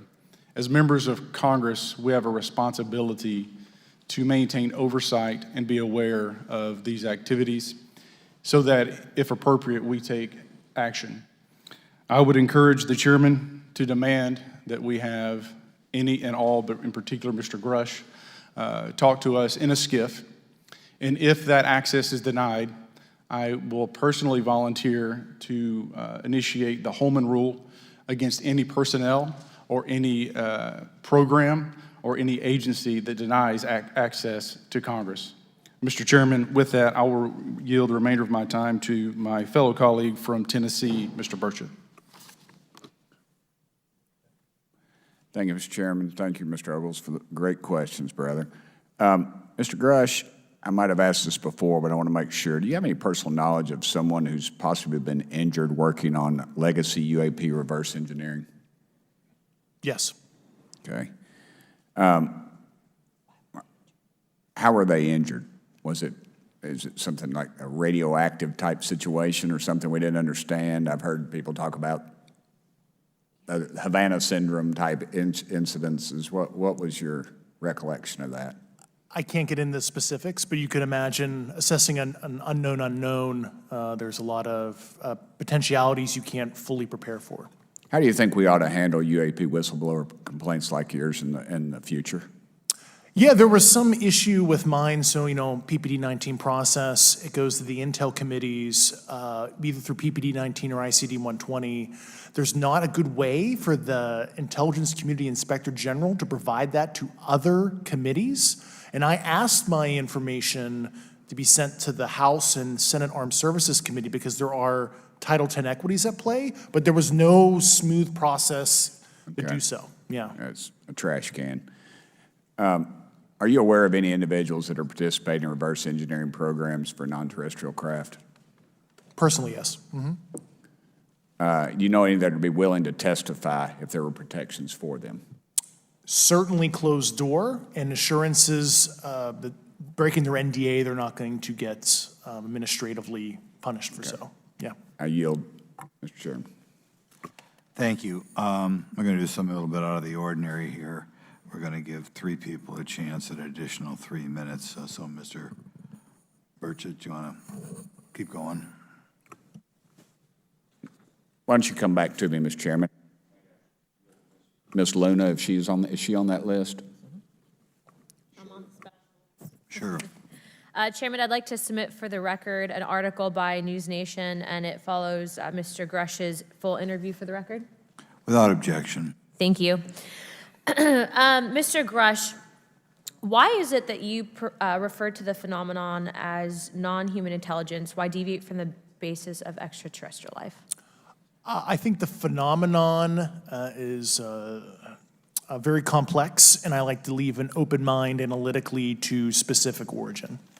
When you say specific origin, are you can you elaborate on that for those that might not? If it's a traditional extraterrestrial origin or something else that we don't quite understand from either a biological or astrophysics perspective, I just like to keep an open mind on what it could be, Okay, and referring to your News Nation interview, you had referenced specific treaties between governments.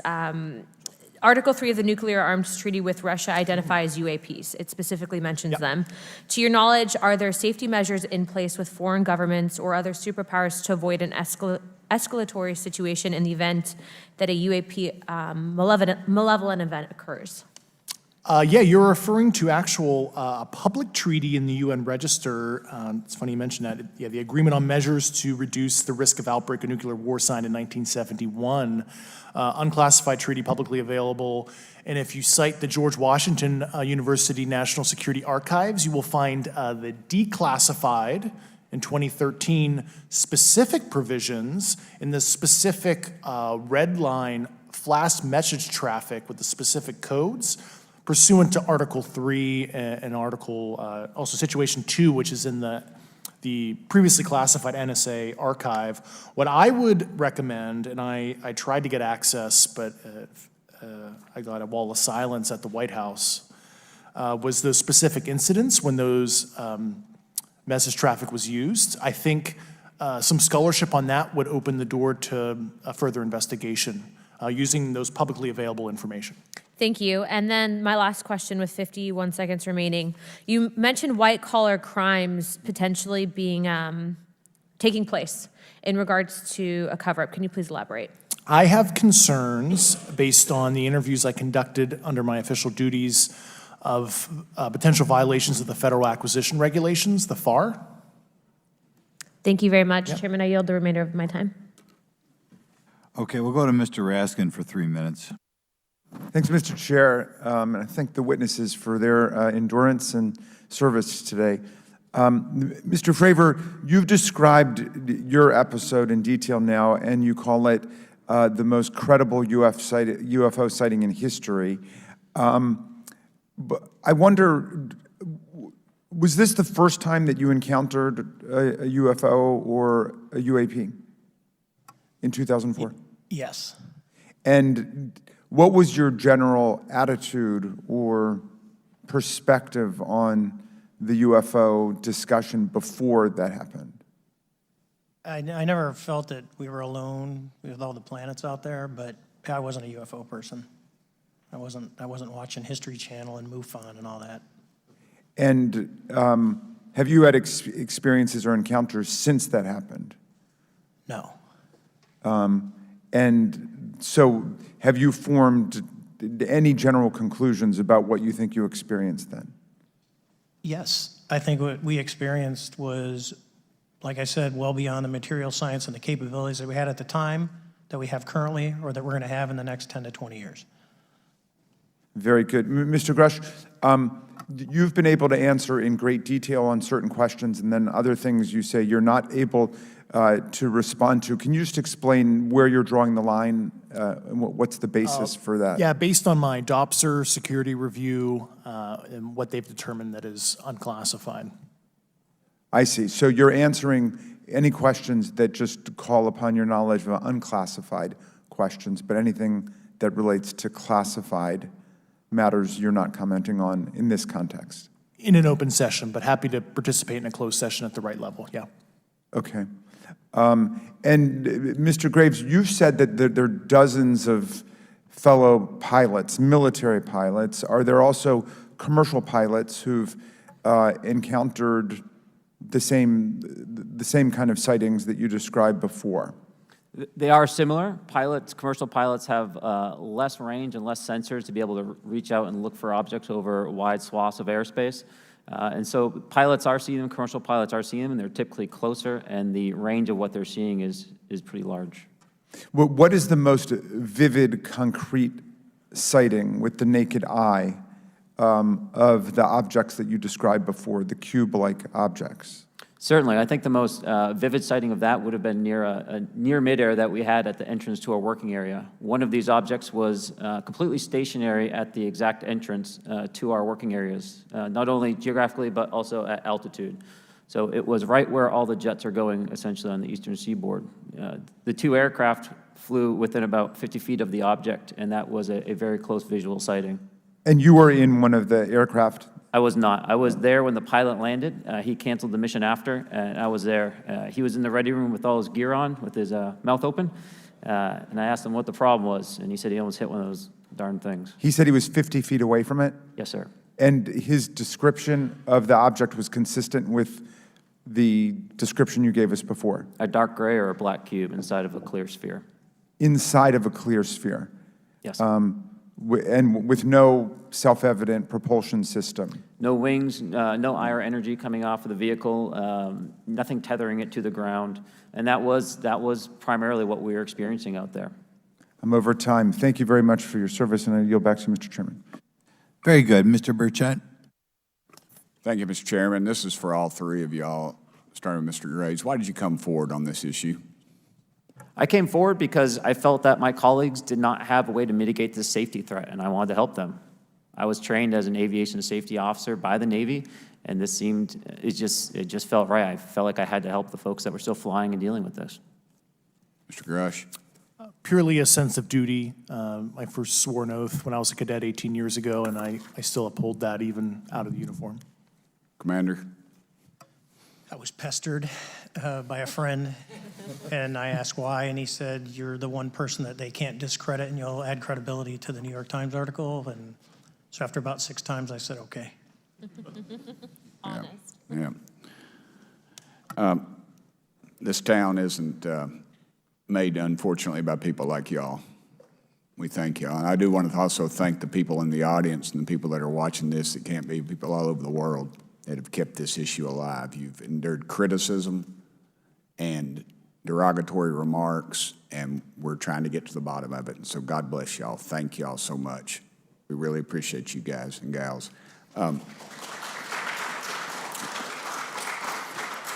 That's why we need term limits. Y'all keep clapping, us politicians just keep talking. So let me ask y'all, how can the public contribute to UAP reporting, and what avenues you think are available to the public to report these sightings?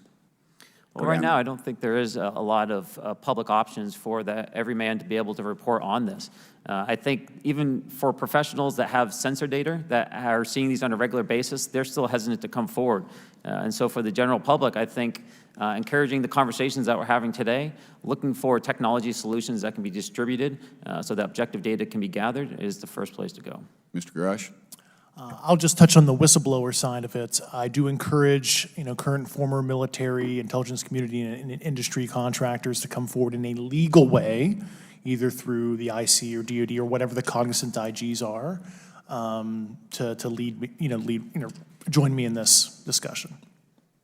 Commander, and I guess I should say this for the record. My daddy was United States Marine Corps, 1st Marine Division, so. Hoorah. Yes, sir. He was old school, him and Chesty Puller on Peleliu, so thank you, wow. brother. Wow. Yes, sir. I'm not anything like my daddy. He was incredible. I'm very mediocre, to say the least, but go ahead. You seem to be doing fine. Yeah. For me, I was an accident investigator, so the biggest thing that you learn, and I think that witnesses need to do is, one, don't try and make the fish bigger than it was. Stick to the facts, write it down, and don't speculate what you think it is because it will sway your decision. Just write the facts down. We can get all the facts together and we can start to investigate and get a real honest story instead of it was this big. Thank you all, and I want to thank everybody. We made history today. Mr. Chairman, I yield. Thank you much, Mr. Garcia. Thank you. I know now we're going to be making some closing remarks, and so I just wanted to say a few things. First, to our witnesses, I want to thank all of you for being here with us today. I know that it takes a lot of courage. You're telling really important information to this committee, and I just want to thank you also for all three of you, your service to our country.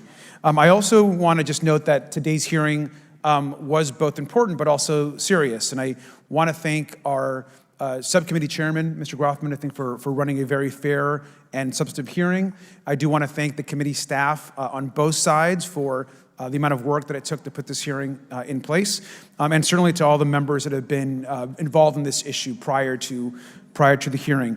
I also want to note for our witnesses and for the public that I'm a freshman member of Congress, and I've only been here for 7 months, but this is by far the most bipartisan conversation and discussion that I have seen happen in the Congress. And I think that a topic of this significance as it relates to our national security, as it relates to information that we're trying to gather for the American public, does bring people together, and I think that's been really great to see. I think it's also important to note for the public, today in our hearing, we had on our side also both our full ranking member, which is Mr. Raskin, and our vice ranking member, which is Ms. Ocasio-Cortez, both here at our hearing. I think it shows the importance and seriousness that our side of the aisle is taking to this important hearing, but also to the broader issue as it relates to working with our Republican counterparts on this committee.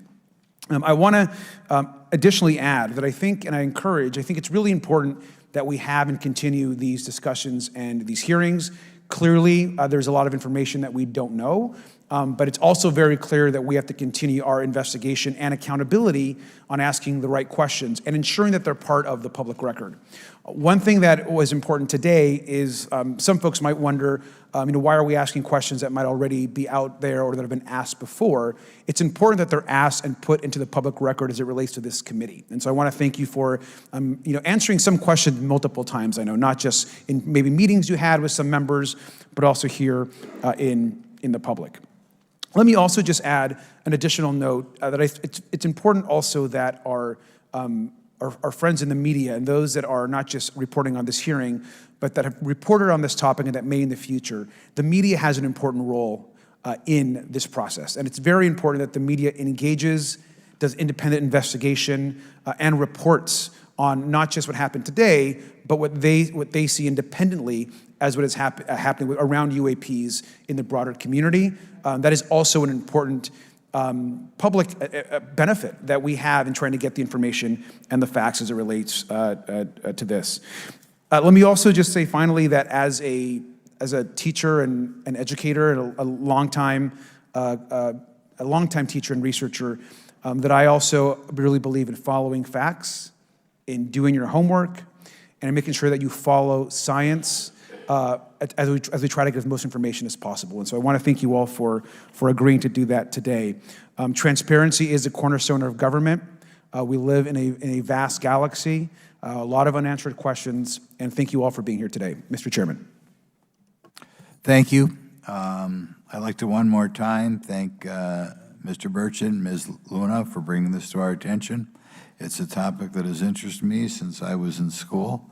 It was a very illuminating hearing.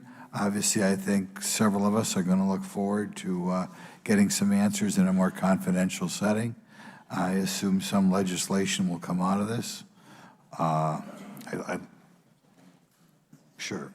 I apologize, Mr. Chairman. I need to compliment the folks in my office that did a lot of the work on this. Rachel and Noah sitting behind me here. They're very quiet and humble, but if without them, this thing would not have come off like it did, so I apologize. Thank you. I think we're going to want to look into what we can do to make more of this information public. I think there's certainly a time period after which it should always be made public, and people have been concerned about these issues, like I said, since I was in high school. But in any event, I'd like to thank everybody who was here, sticking through the entire hearing. Without objection, the members will have 5 legislative days to submit materials and to submit additional written questions for the witnesses, which will be forwarded to the witnesses for their response. If there's no further business, without objection, the subcommittee stands adjourned.